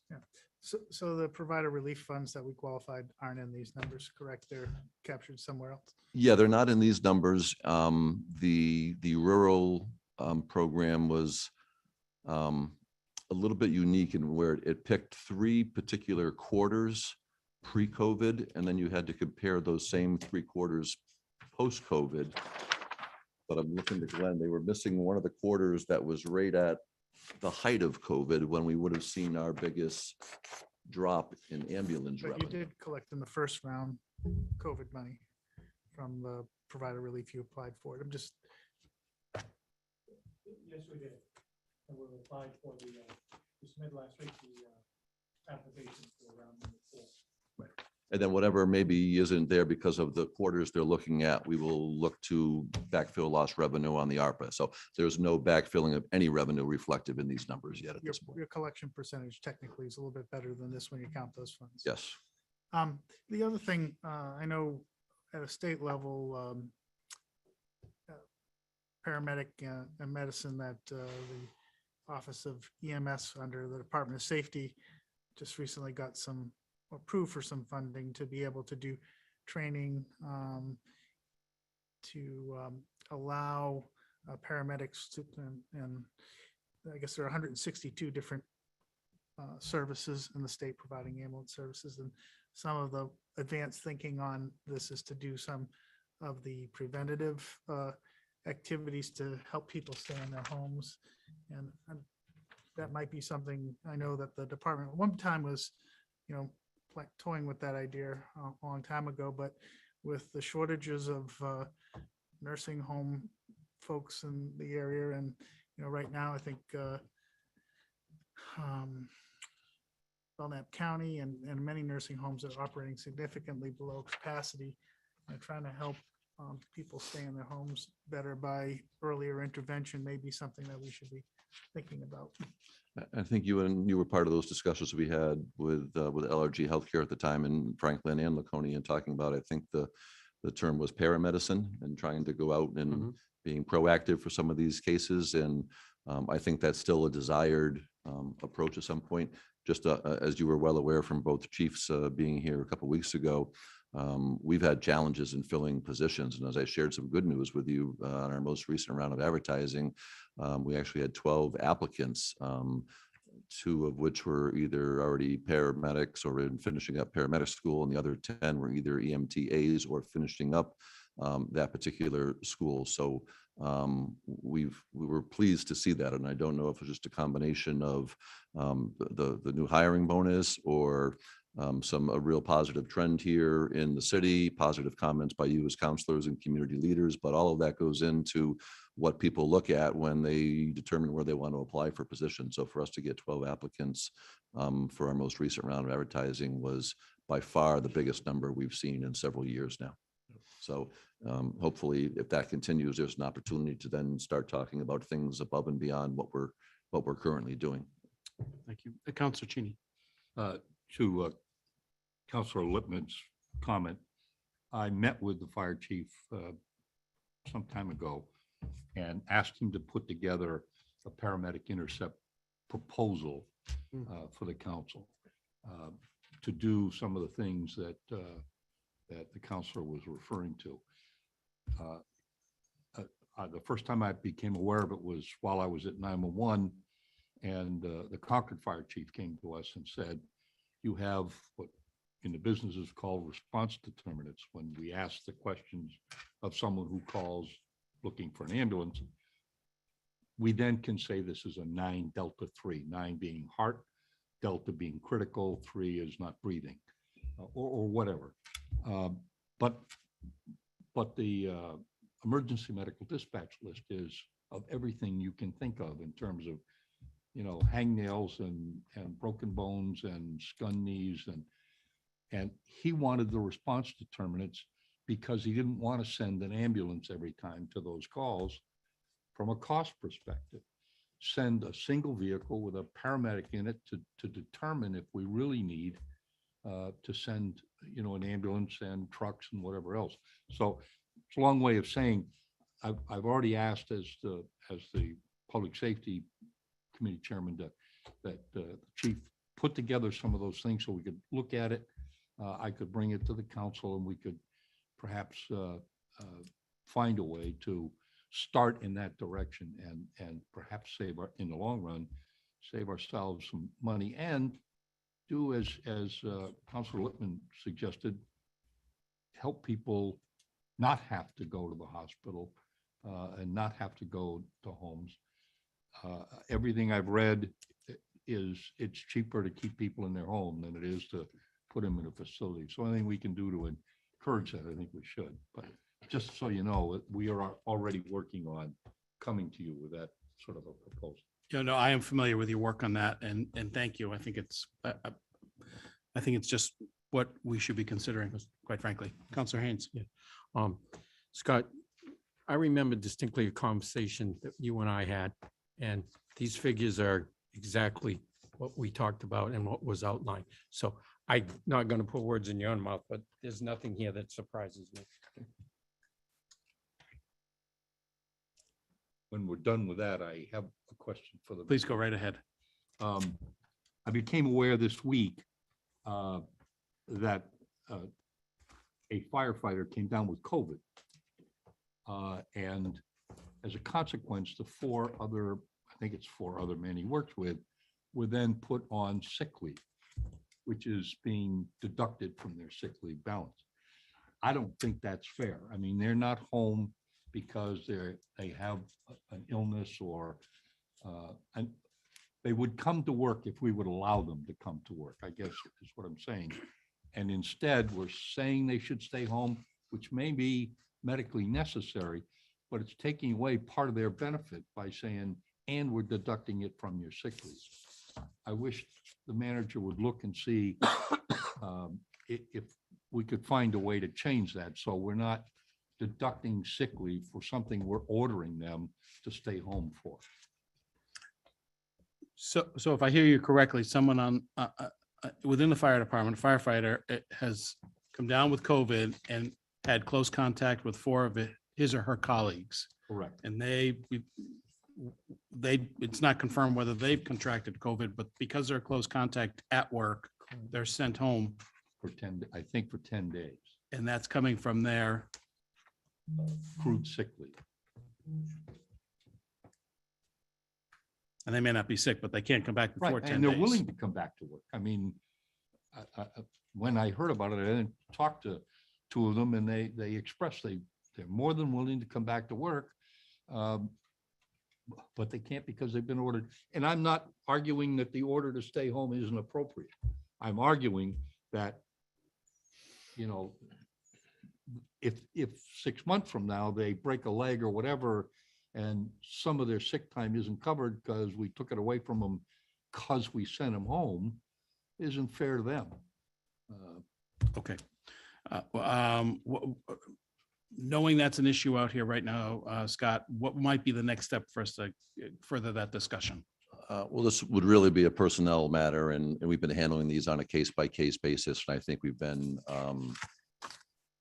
received favorable response. This is obviously new territory, and it's been going on for 18 months now. And there's different scenarios where if somebody was exposed at home, if somebody's vaccinated, there's different ways that people who are vaccinated can return sooner with 2 negative tests, 24 hours apart type of thing. So and I know we've got a relatively high vaccination rate within our public safety officials. So this is something that I'm aware of. We'll certainly be addressing it and make it equitable for folks. And I think beyond there, it really is a personnel matter that I think, again, we've been accommodating in this uncharted territory and trying to find good outcomes and not use this punitively against employees. Sure. Are you satisfied with that, with the city Well, I'd like- manager looping back with you at I least as I with would the like status? to hear back what the decision ultimately is. I hope we can do something to not make it punitive as the manager suggests. Thank you. Yes. And thank you. Any further comments or feedback for the city manager? Thanks very much. Moving along to new business right now. Item number 21, temporary traffic order 2021-17, the Wicked Weirs. Briefly, on September 13th, the city council approved temporary traffic order for Wicked Weirs. At the time, the council also approved alcohol consumption on city sidewalks and designated areas. Subsequently, the organizer of Wicked Weirs requested the footprint of the event be revised so that it is the same as Bike Timberfest, blocking off an area on Lakeside Avenue is shown on the map, the attached map. City council is being requested to consider waiving fees associated with this event, which would include $675 for special events, $150 for licensing, and $450 fee due to the Department of Public Works if they were picking up the trash.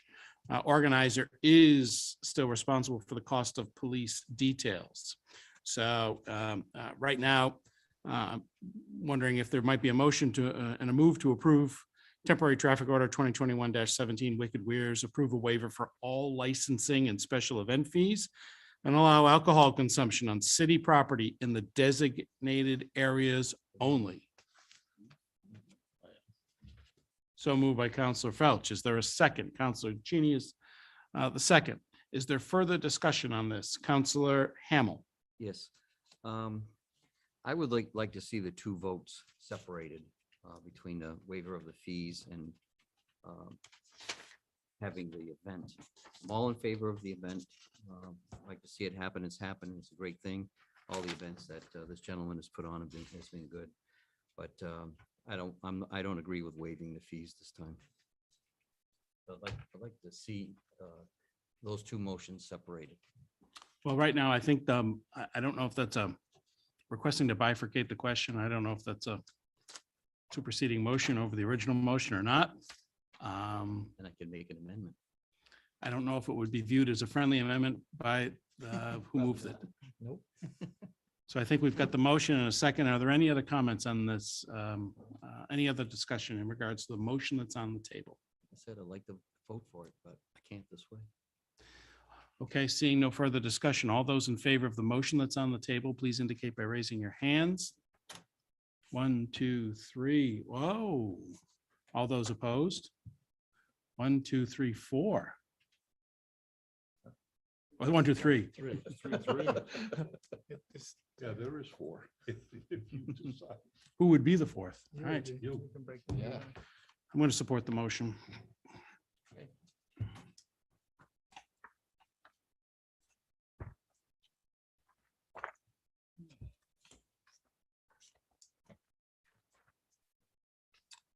Item number 21B, request to accept Colonial and Plantation Roads as city streets in as-is condition. In 2019, as we know, the city council adopted guidelines of when it was appropriate to accept unaccepted streets as is. The document is attached as background. City currently expends approximately $30,000 annually for plowing, sanding, and grading as required on these streets. There is potential for a significant expense if Laconia is designated an MS4 community and needs to provide Colonial and Plantation roads with a stormwater system and proper road base and paving. Can you, before we see if there's a motion or there's a first and a second on this, Scott, would you be so kind as to explain the MS4 community designation? Yes, it's the first word, M is municipal, and then the S4 stands for 4 other S words, and it's subsurface separate stormwater. Thank you, Wes. Separate stormwater sewer system are your 4 S's. I could never get that one. A lot of stuff in my head and it doesn't always come out. So anyway, MS4 is a program that the Environmental Protection Agency at the federal level mandates, and it basically deals with how communities capture their stormwater and filter, clean, bring it up to a better level before it's just discharged into brooks, streams, rivers, lakes, those types of things. It is EPA would come in, designate you a community and come in and identify areas that you need to improve your infrastructure in the area of stormwater before you can discharge, and works out a plan and puts out a time frame to get it done. As staff allows, EPA has been working its way in New Hampshire and going community by community to come up and identify. So if you look at a map of New Hampshire right now, and you look at communities that are under the MS4 requirement, they're basically along the southern tier of the state, along the Massachusetts border, Derry, Londonderry, Nashua, in that area, all the way over to the seacoast. And I believe, Hampton, Portsmouth, Dover. I forget if Rochester is included there or not, but I know at least Dover is. And they're slowly working their way from the coast and southern part of this tier northward. So our full expectation is that somewhere in the coming years, we would become under the requirements of the MS4. And the big concern is with Plantation, the steep slope, not any kind of a constructed stormwater system in place there at all. We know what happens after heavy rains, that this is going to be an area that's going to require a significant investment in that road somewhere in the near future. And we're looking at several $1 million, probably at a minimum for that. So that's my concern with accepting the road as is. Okay, thank you very much. So before we get to the discussion portion of this, I think we have to put a motion on the table. So I'd be looking for a motion right now to adopt Colonial and Plantation Roads as city streets in as-is condition. So made by Counselor Felch. Is there a second? I'll second it just for conversation. Counselor Haynes seconds it. Is there any further discussion on the motion that's on the table? Counselor Felch, please. So, as you all know, paperwork's been sent out. All these people bought their homes thinking this was a public road. As the paper that was sent out in 1998, it basically does say that it is a public road, sent out by our Public Works Department. The city's been maintaining these roads for over 50 years. Plus other services, including police patrols, fire, trash, etc. The city continues to maintain them for another 23 years after they have been designated as a public road. There's city and state signs on this road, these roads. As far as the MS4, if it was accepted as a public road, as it said in 1998, that would be our responsibility anyhow. I can't see putting this burden on the taxpayers that have been paying taxes all this time for 50 years. And then what are we going to do? Increase the taxes another $10,000 a year, $20,000 a year to pay for the repairs on this road? I just think it's a road that basically has been accepted as a city road and should be as is. Fair enough. Counselor Littman. What Counselor Felch described and what was testified earlier by one of the residents, I fully appreciate that. We've been providing services for a long time.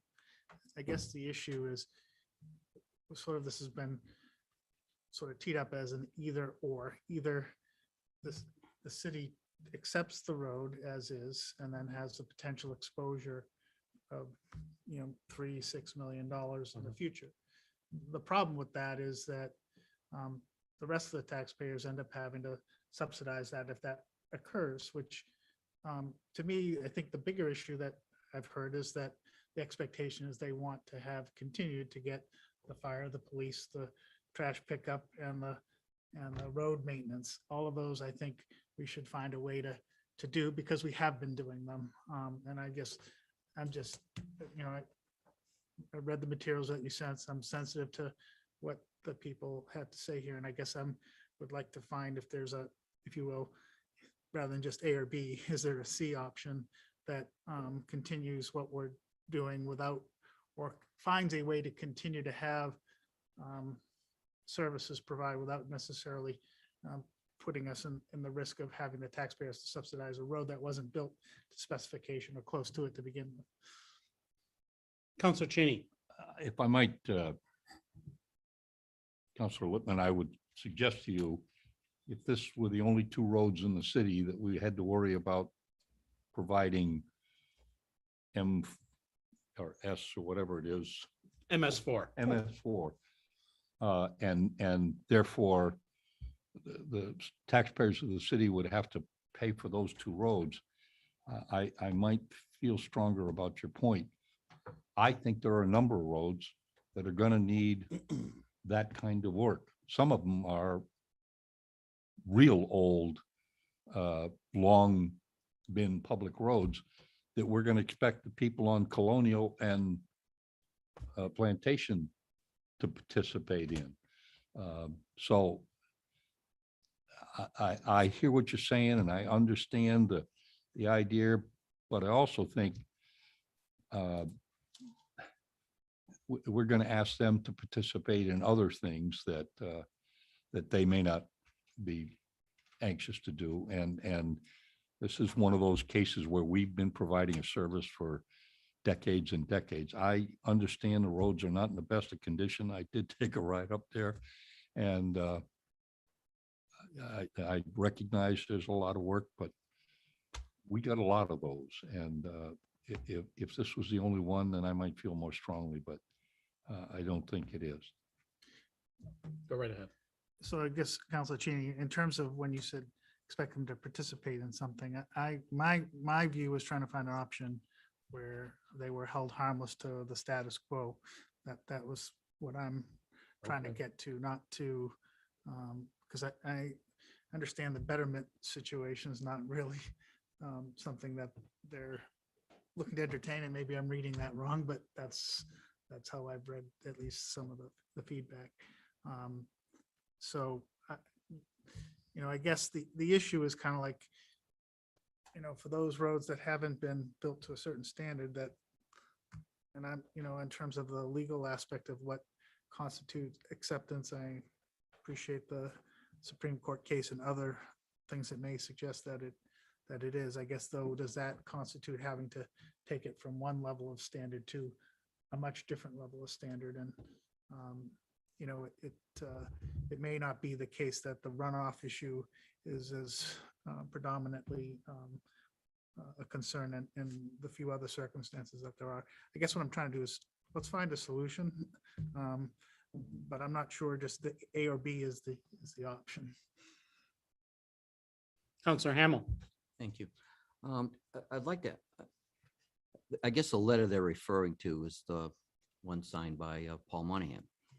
That goes way back when. I'd like to ask Wes, is there any documentation that you found that states the city council voted to accept that road? We have found no documentation. Okay.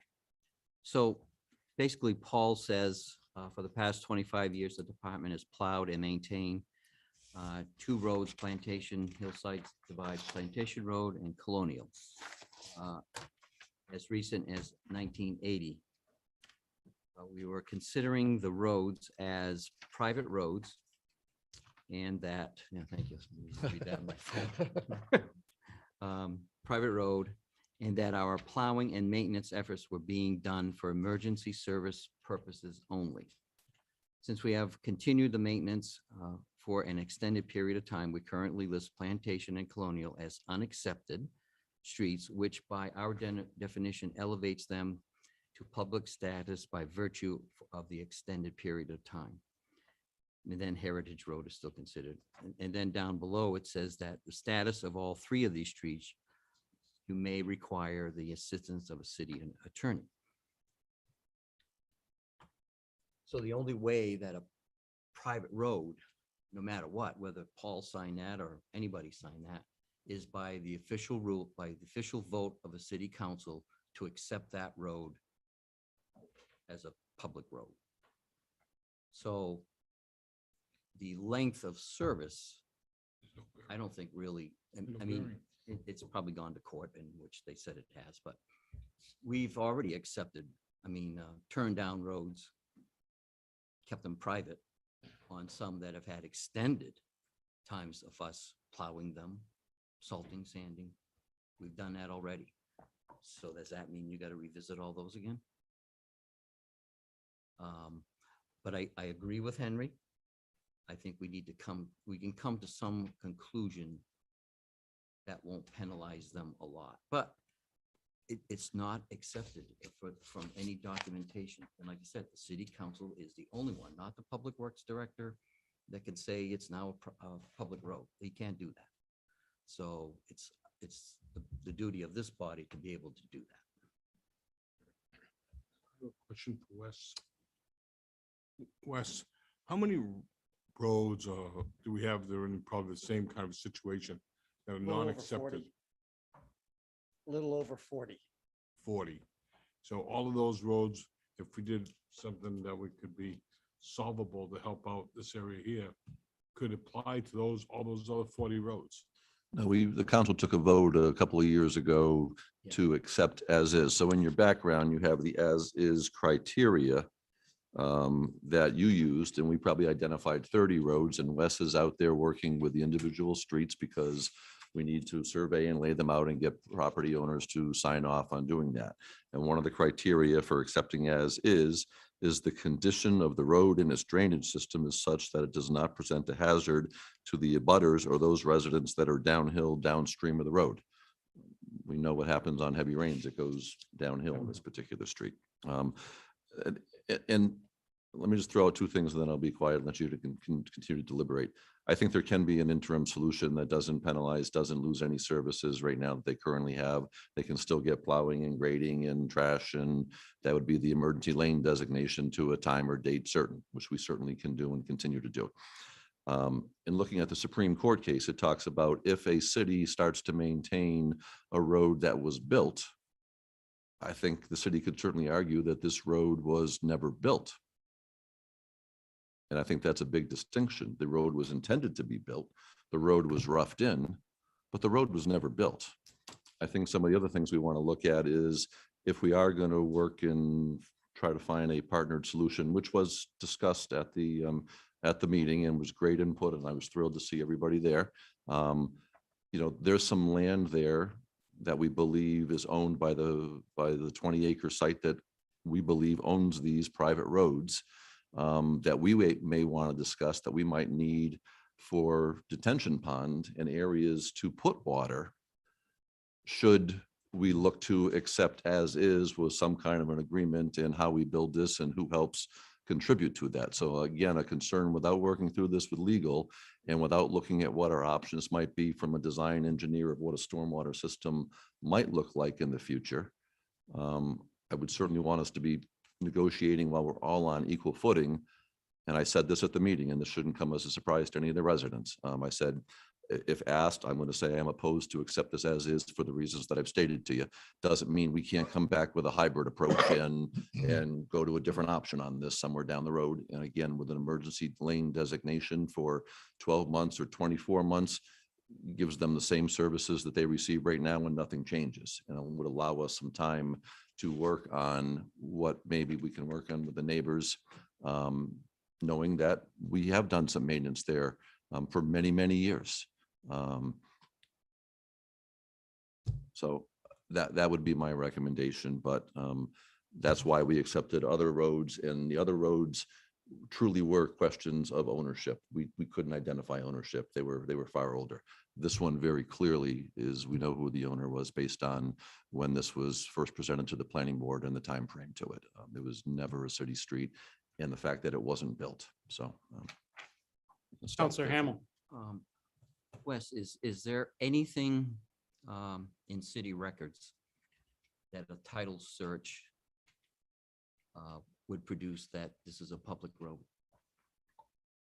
When we did our research for this one, we gave it to the attorney to review.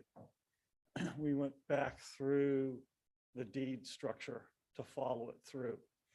And we could track the individual lots being sold off, but we can never find anything that said the property owner, the developer, attempted to turn it over to the city and the city accepted it. So there's no deed. So the way it was written in the master deed, if the city didn't accept it, it stayed with the development.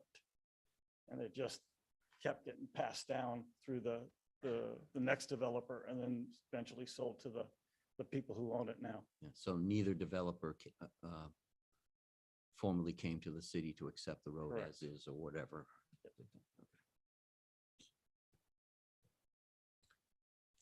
Go ahead, Counselor Lippman. So I think part of the issue in terms of working on a hybrid is, that, the other thing sensitive to that I've heard is that, people who have property who may want to sell or what have you, with the uncertainty, it creates issues for them. So I'd like to try to bring some certainty to the situation. I do think that a hybrid situation needs a little work, as you described, in terms of, trying to work it out. It's a difficult swamp of issues that have been created by, Yeah. years and years of things going by. And, I think the message I think we can send is we want to try to find a solution that doesn't penalize the people, but also fairly, Mr. Mayor? address it. I think, and I second that, Henry, and I second your efforts to find a compromise. It can't be either or. I believe this is the second time Ms. Doherty's come to the city council to talk about this situation. The idea that she relied on realtor, lawyer, developer, whomever, when purchasing that land, only to find out afterwards that the facts are contrary to what she was relying on.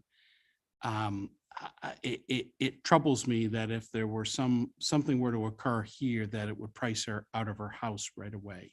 And, but it also leaves me a little irritated that the original owner or developer, I don't know if there was anything intentional along the way. I don't know the people and I don't know the history of the property, but it almost seems to me that it took on a life of its own. And now it's really, really messy. And it's at the residents' feet and it's also at the city's feet. And how do we resolve this equitably and also not set a precedent within the city that we may be paying a significant price for, quite literally, for decades to come. So I know we want resolution to this sooner as opposed to later, it would seem to me. I don't think we have everything we need right now to find the middle ground that Scott was alluding to. Counselor Hamel, go right ahead. Thank you. I'd like to make a suggestion that the motion on the table is to accept it as is. I'd like to make a friendly amendment to that and state that let's accept it as an emergency lane for 2 years. That way we would continue giving all the services that are provided now. And that within that 2 years, we try and come up with a solution that's okay for everybody. I mean, to try and decide this tonight and as the mayor and Henry said, that we don't know what we're stepping into. So I if we go along with the emergency thing, we still provide the services, we take care of whatever. And then that gives us a couple of years to hopefully come to a solution. But I don't want to find us, I don't think anybody who is here in the next 2 years, wants to come back and find us, we haven't made any progress. So I think a structure, Sent to a committee. I think there needs to be a structure. I think there needs to be a point person to lead it on behalf of the city, and also someone from those streets that's the point person as well that can speak for others. Well, they should maybe appoint a person that would be their lead person and have the committee and work on stuff. Because it makes a difference of, I mean, if every little thing you go through, you got to send a letter out. to all Well, the true. residents. And if you have to negotiate with every single owner there, that could be tedious and could be very difficult In other words- and bogged down and nothing gets done. At the end of the day, the majority rules, as far as them voting for.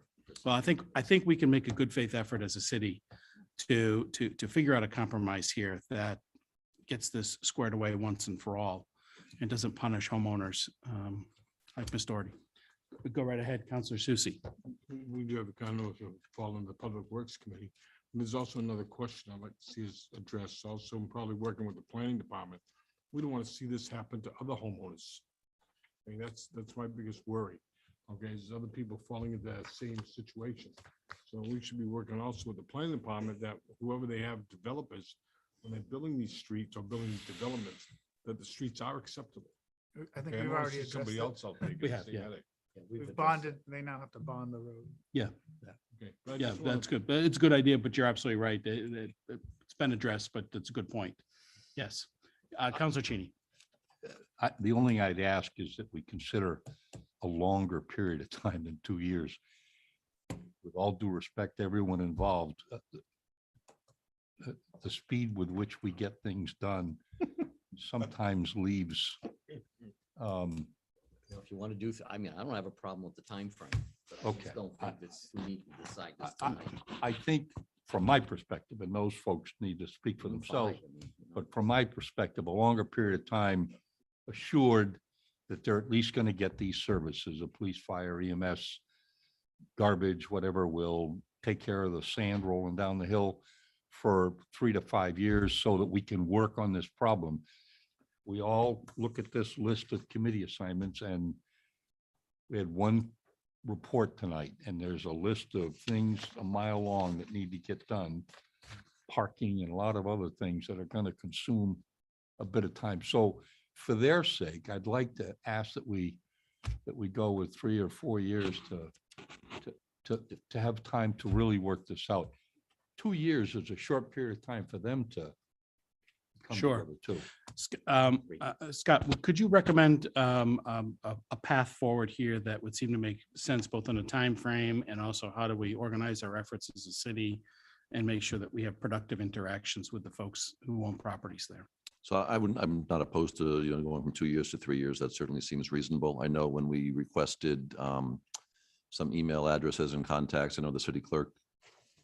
None. Wes, you've got a few emails. So we've got a handful of emails from folks who did respond the first time. So maybe we can indicate that we would like to have them come up with, 2 or 3 people who would like to kind of take the lead and, be a part of attending the committee meetings and just do them more informally and do a roundtable and start talking about the issues and seeing how we can find some common ground. Because again, I agree with everything everybody said. No one in the city is looking to have this be punitive. We're looking to find a solution that would work for all.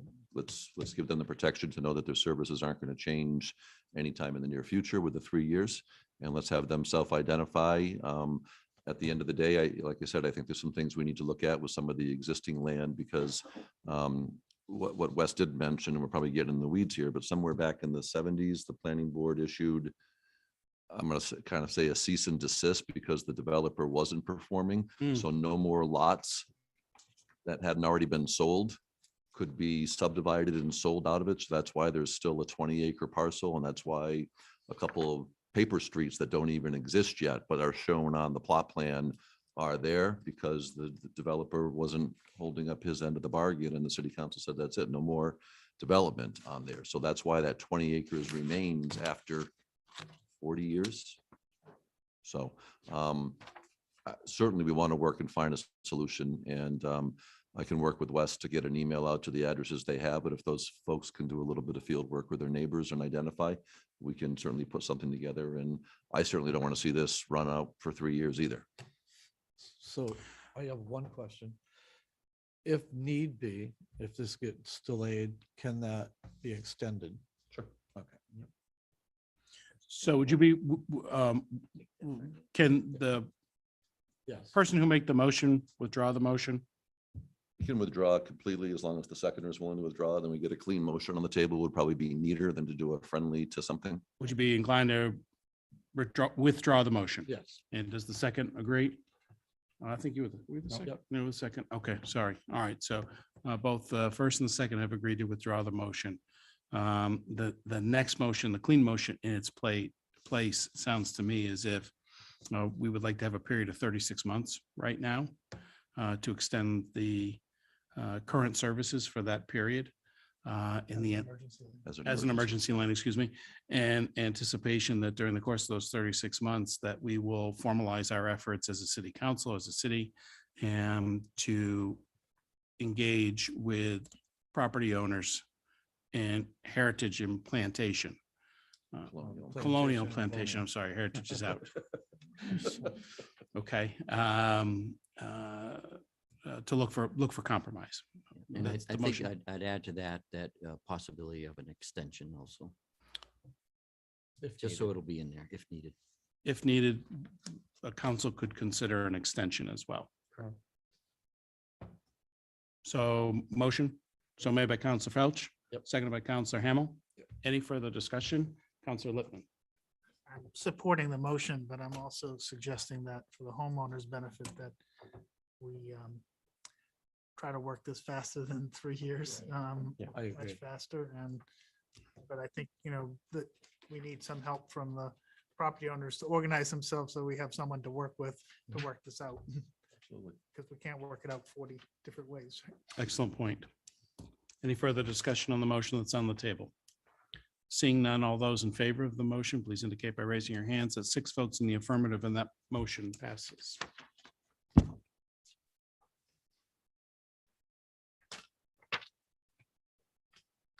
Moving on to item number 21C, which is a request to release and discharge from all public servitude the unimproved portion of Eastman Shore Road South in accordance with RSA 231:51. The city has received a request to release a dedicated way of unimproved portion of Eastman Road. The RSA calls for the city to provide at least a 30-day notice to all owners of property over which the dedicated way passes. City council needs to visit the site during a special meeting before opening a public hearing for public comment. At the end of the public comment, the city council should recess the public hearing and continue the public hearing at the next regular meeting. So right now, we're just looking to move to, I'm looking for a motion to move to schedule a special meeting on Saturday, December 4th, 2021 at 10 a.m. at the end of Eastman Shore Road South. So made by Counselor Cheney, seconded by Counselor Felch. Any further discussion on this motion? Seeing none, all those in favor, please indicate by raising your hands. 6 votes in the affirmative, that motion passes. Looking for another motion to schedule a public hearing on Saturday, December 4th, 2021 during the special meeting to gather public input prior to any action being taken. So made by Counselor Felch, seconded by Counselor Cheney. Is there any further discussion on that motion? Seeing none, all those in favor, please indicate by raising your hands. At 6 votes in the affirmative, and that motion passes as well. Coming up on number 22, which is unfinished business. This is review and discussion of an application for tax relief under RSA 79E for the property at 51 Elm Street.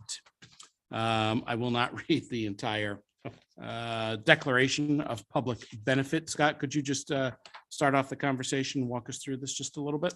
Sure. So RSA 79E is an enabling tool that the city adopted many years ago that allows for some property tax relief on either a significantly rehabilitated building, or in some cases where a building's torn down and new construction is in its place. The key components are it really needs to be identified as there is a benefit to the public, usually takes place in a village center, a downtown area. Again, job creation, adds residential in an urban core type of place, and the public benefit. And I think at the last meeting, not that you really were trying to break the question in two, but you went through a very significant conversation about what the public benefit was and identified that. And then the question was really coming down to what tax relief, if any, were you looking to provide to the developer? And since we don't have a lot of these on the books, you were looking for some thoughts and ideas, and I shared a recommendation with all of you a week or so ago. Thank you very much. So the first thing we're looking to do is remove this item from the table. The motion made by Counselor Felch, seconded by Counselor Haynes. Any further discussion on this motion? Seeing none, all those in favor of this motion to remove the item from the table? 5 votes, 6 votes in the affirmative? Yes. Motion passes. So right now, we'll be looking for a motion, a new motion, if any. So Counselor Felch. I make a motion that we do 2 years. Actually, So let's go. Is there a second for the motion, or are we not prepared? Are you not prepared to go to a second quite yet? I thought, if I may for a moment, Scott, it's 2 years after the date of Right. the finish of the construction, correct? If we get yes, that's accurate. If you like, if the mayor would get a second, then like to speak to it in a little I'll go with detail. the So everybody's on Second, board. Counselor Susie in the second. Is there any further discussion? Scott, would you lead us through that? Okay, so the way the language in RSA 79E reads is that the base valuation of this property as it stands today will be the taxable assessment, the assessment for this property and taxes paid on it from now until completion of the project. So the developer has indicated they anticipate completion of the project in December 2023. Once we do the update that you heard from our assessor tonight, what we currently list as 2 lots from the planning board level has already been combined into 1 lot through a boundary line adjustment. So right now there's 2 assessments for 2 different lots. I expect when the lot is blended together, the land value is going to be somewhere in the $80,000 or $90,000. Right now, 1 lot is 60 and 1 lot is 50. That will be the baseline assessment that this property will pay taxes on through the substantial completion of the project, December 2023. And again, it has to tie into the end of the assessing year, which begins on April 1st, ends on March 31st. At that point, I believe what Councilor Felch was looking to do, and he can confirm, was to provide the 2 years of tax relief that would start on April 1st, 2024, and run for the first year to March 31st of 25, and then pick up for the second year of April 1st of 25 and run through the end of the assessing year on March 31st of 26. Under that scenario, once we freeze them, we do the new assessments over the summer. They reflect in the tax bill that goes out in November for payment. So the first full payment of all captured value would go out in November of 26 and be due, the 30 days after that is our target. So I believe that's the motion, but the clock works that whatever the baseline is now stays in place until the project's complete, and then your tax relief kicks in beyond that.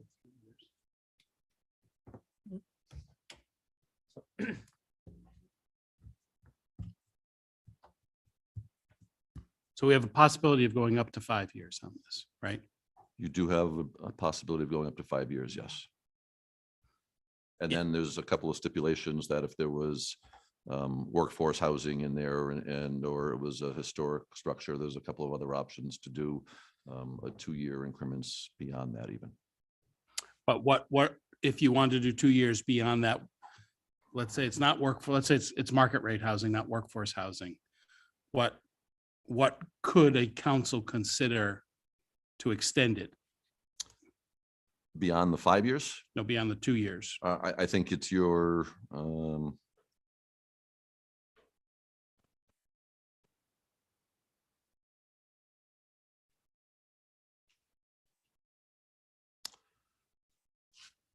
don't have the full RSA. I have snippets of it here. So if you give me a second. Sure, pull it take your up. time. I'd Yeah. rather do it right than give you something that's not accurate. Talking about longer than two.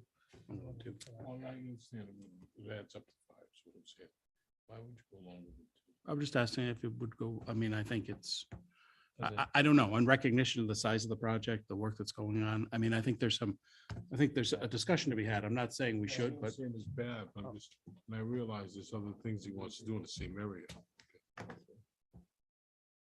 So I want to encourage him. I do too. That's what would lead me That's where to. I'm coming to.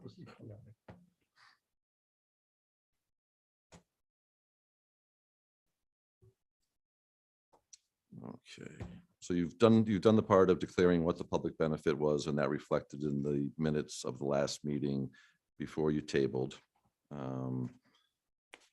We've already adopted the provisions of it.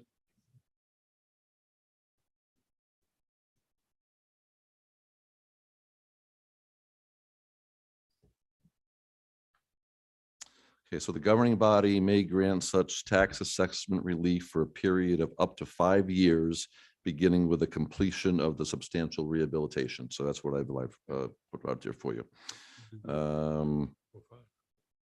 The governing body may, in its discretion, extend such additional years of tax relief as provided for under this section, provided that no such additional years of tax relief may be provided prior to the completion of construction or the replacement of the structure.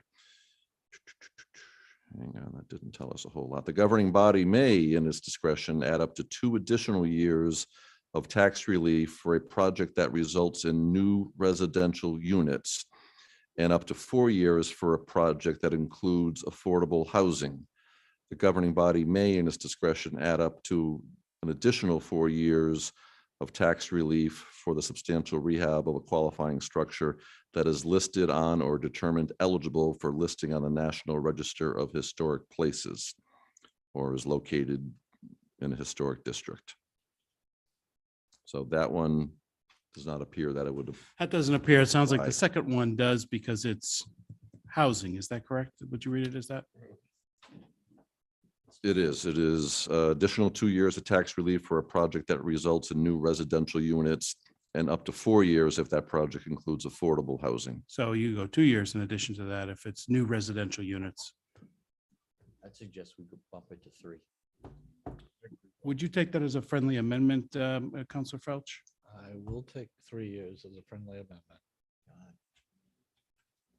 An amendment, is there I seconded, I'll second that one also. Counselor Susie will second it to 3 years. So any further discussion? Counselor Lippman? Yes. You know, I'm not saying I won't support the motion, but I guess I'd like us to have a little bit of sense of why we're going from 2 to 3, so that when we get other opportunities to potentially apply this, we have consistent approach to it. I think otherwise it just depends on who's sitting here, and that would be something that we try to have some standards to.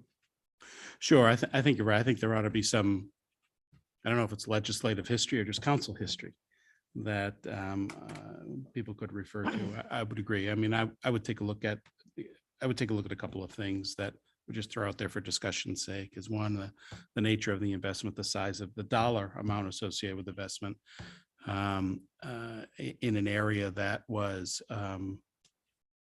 economically struggling to some extent. To some extent, there was the addition of housing, which I think is appreciated, and when we're in a housing crunch right now. Those are a couple of things that would come to mind, not saying they carry the day, but just things that I would think of. But absent any sort of a specific protocol or process to check boxes, and which we don't have, I mean, those are just a couple of things based on equity I would think of. Counselor Felch, go right ahead. And I can agree with the size of the project and the amount of money being spent on it, but additional housing with the housing that he did away with, I'm not so sure is true. Okay. Could I just add, there was some significant advantage in the purchase price. I think adds, in my mind, some question about going to 3 years. And I, Could you explain that just a little bit on that? yeah, I mean, we sold the property, No. No, this is like. This is it's Elm not Street. Holy Trinity. that's what happens when you go to the men's room. We put you on two more, apologize. we put you on two more committees too, so. I hope he wins. Fair enough, fair enough. A point well taken. So what we have right now is a 3 years from the time of what's called substantial completion, correct? And when the next tax year kicks in. So he has pegged substantial completion to be December of 23. Whatever tax relief you grant would be in place beginning April 1st of 24. Okay, And it would run with those specific assessing year dates. fair enough. Council Lippman, yes. A clarification. I'd feel more comfortable with it if we condition it on those, because we don't want to get in a situation where, I'm not saying that this project, I'm just thinking equity and other things that come before us that, if we want a reasonable completion date that isn't floating, you know what I'm saying? That, Mhm. that you just, a project that isn't well planned, that they just keep on delaying substantial completion. Mhm. Mhm. So can we have, Are you saying something that he has to complete it or? I that was just the saying, clock we starts would 23? consider, that the That's clock what you're starts saying. April of 23, Right. irrespective. That's how I would read, that's how I would view your vote being taken, is that it's his self-assigned date. If that doesn't Right. meet it, this is when the clock is ticking on the relief. It's as Irrespective. April 1. All right, so can we get some clarification on the record so we know that this, someone can look back 2 years from now and if it comes up, that's Well, all. I would suggest the motion be that someone moves to provide tax relief for the assessing year beginning April 1st of 2024 and running for 3 full years. As amended, Counselor Felch, Second. Counselor Susie. Any further discussion on that amended motion? Seeing none, I'd call the question. All those in favor, please indicate by raising your hand. That's 6 votes in the affirmative. That motion passes. I think it's important in terms of sending a signal to other people who want to develop that equity in terms of how we do it. Thank you. That concludes our agenda for this evening. I'd like to adjourn the city council meeting at 9:21 PM.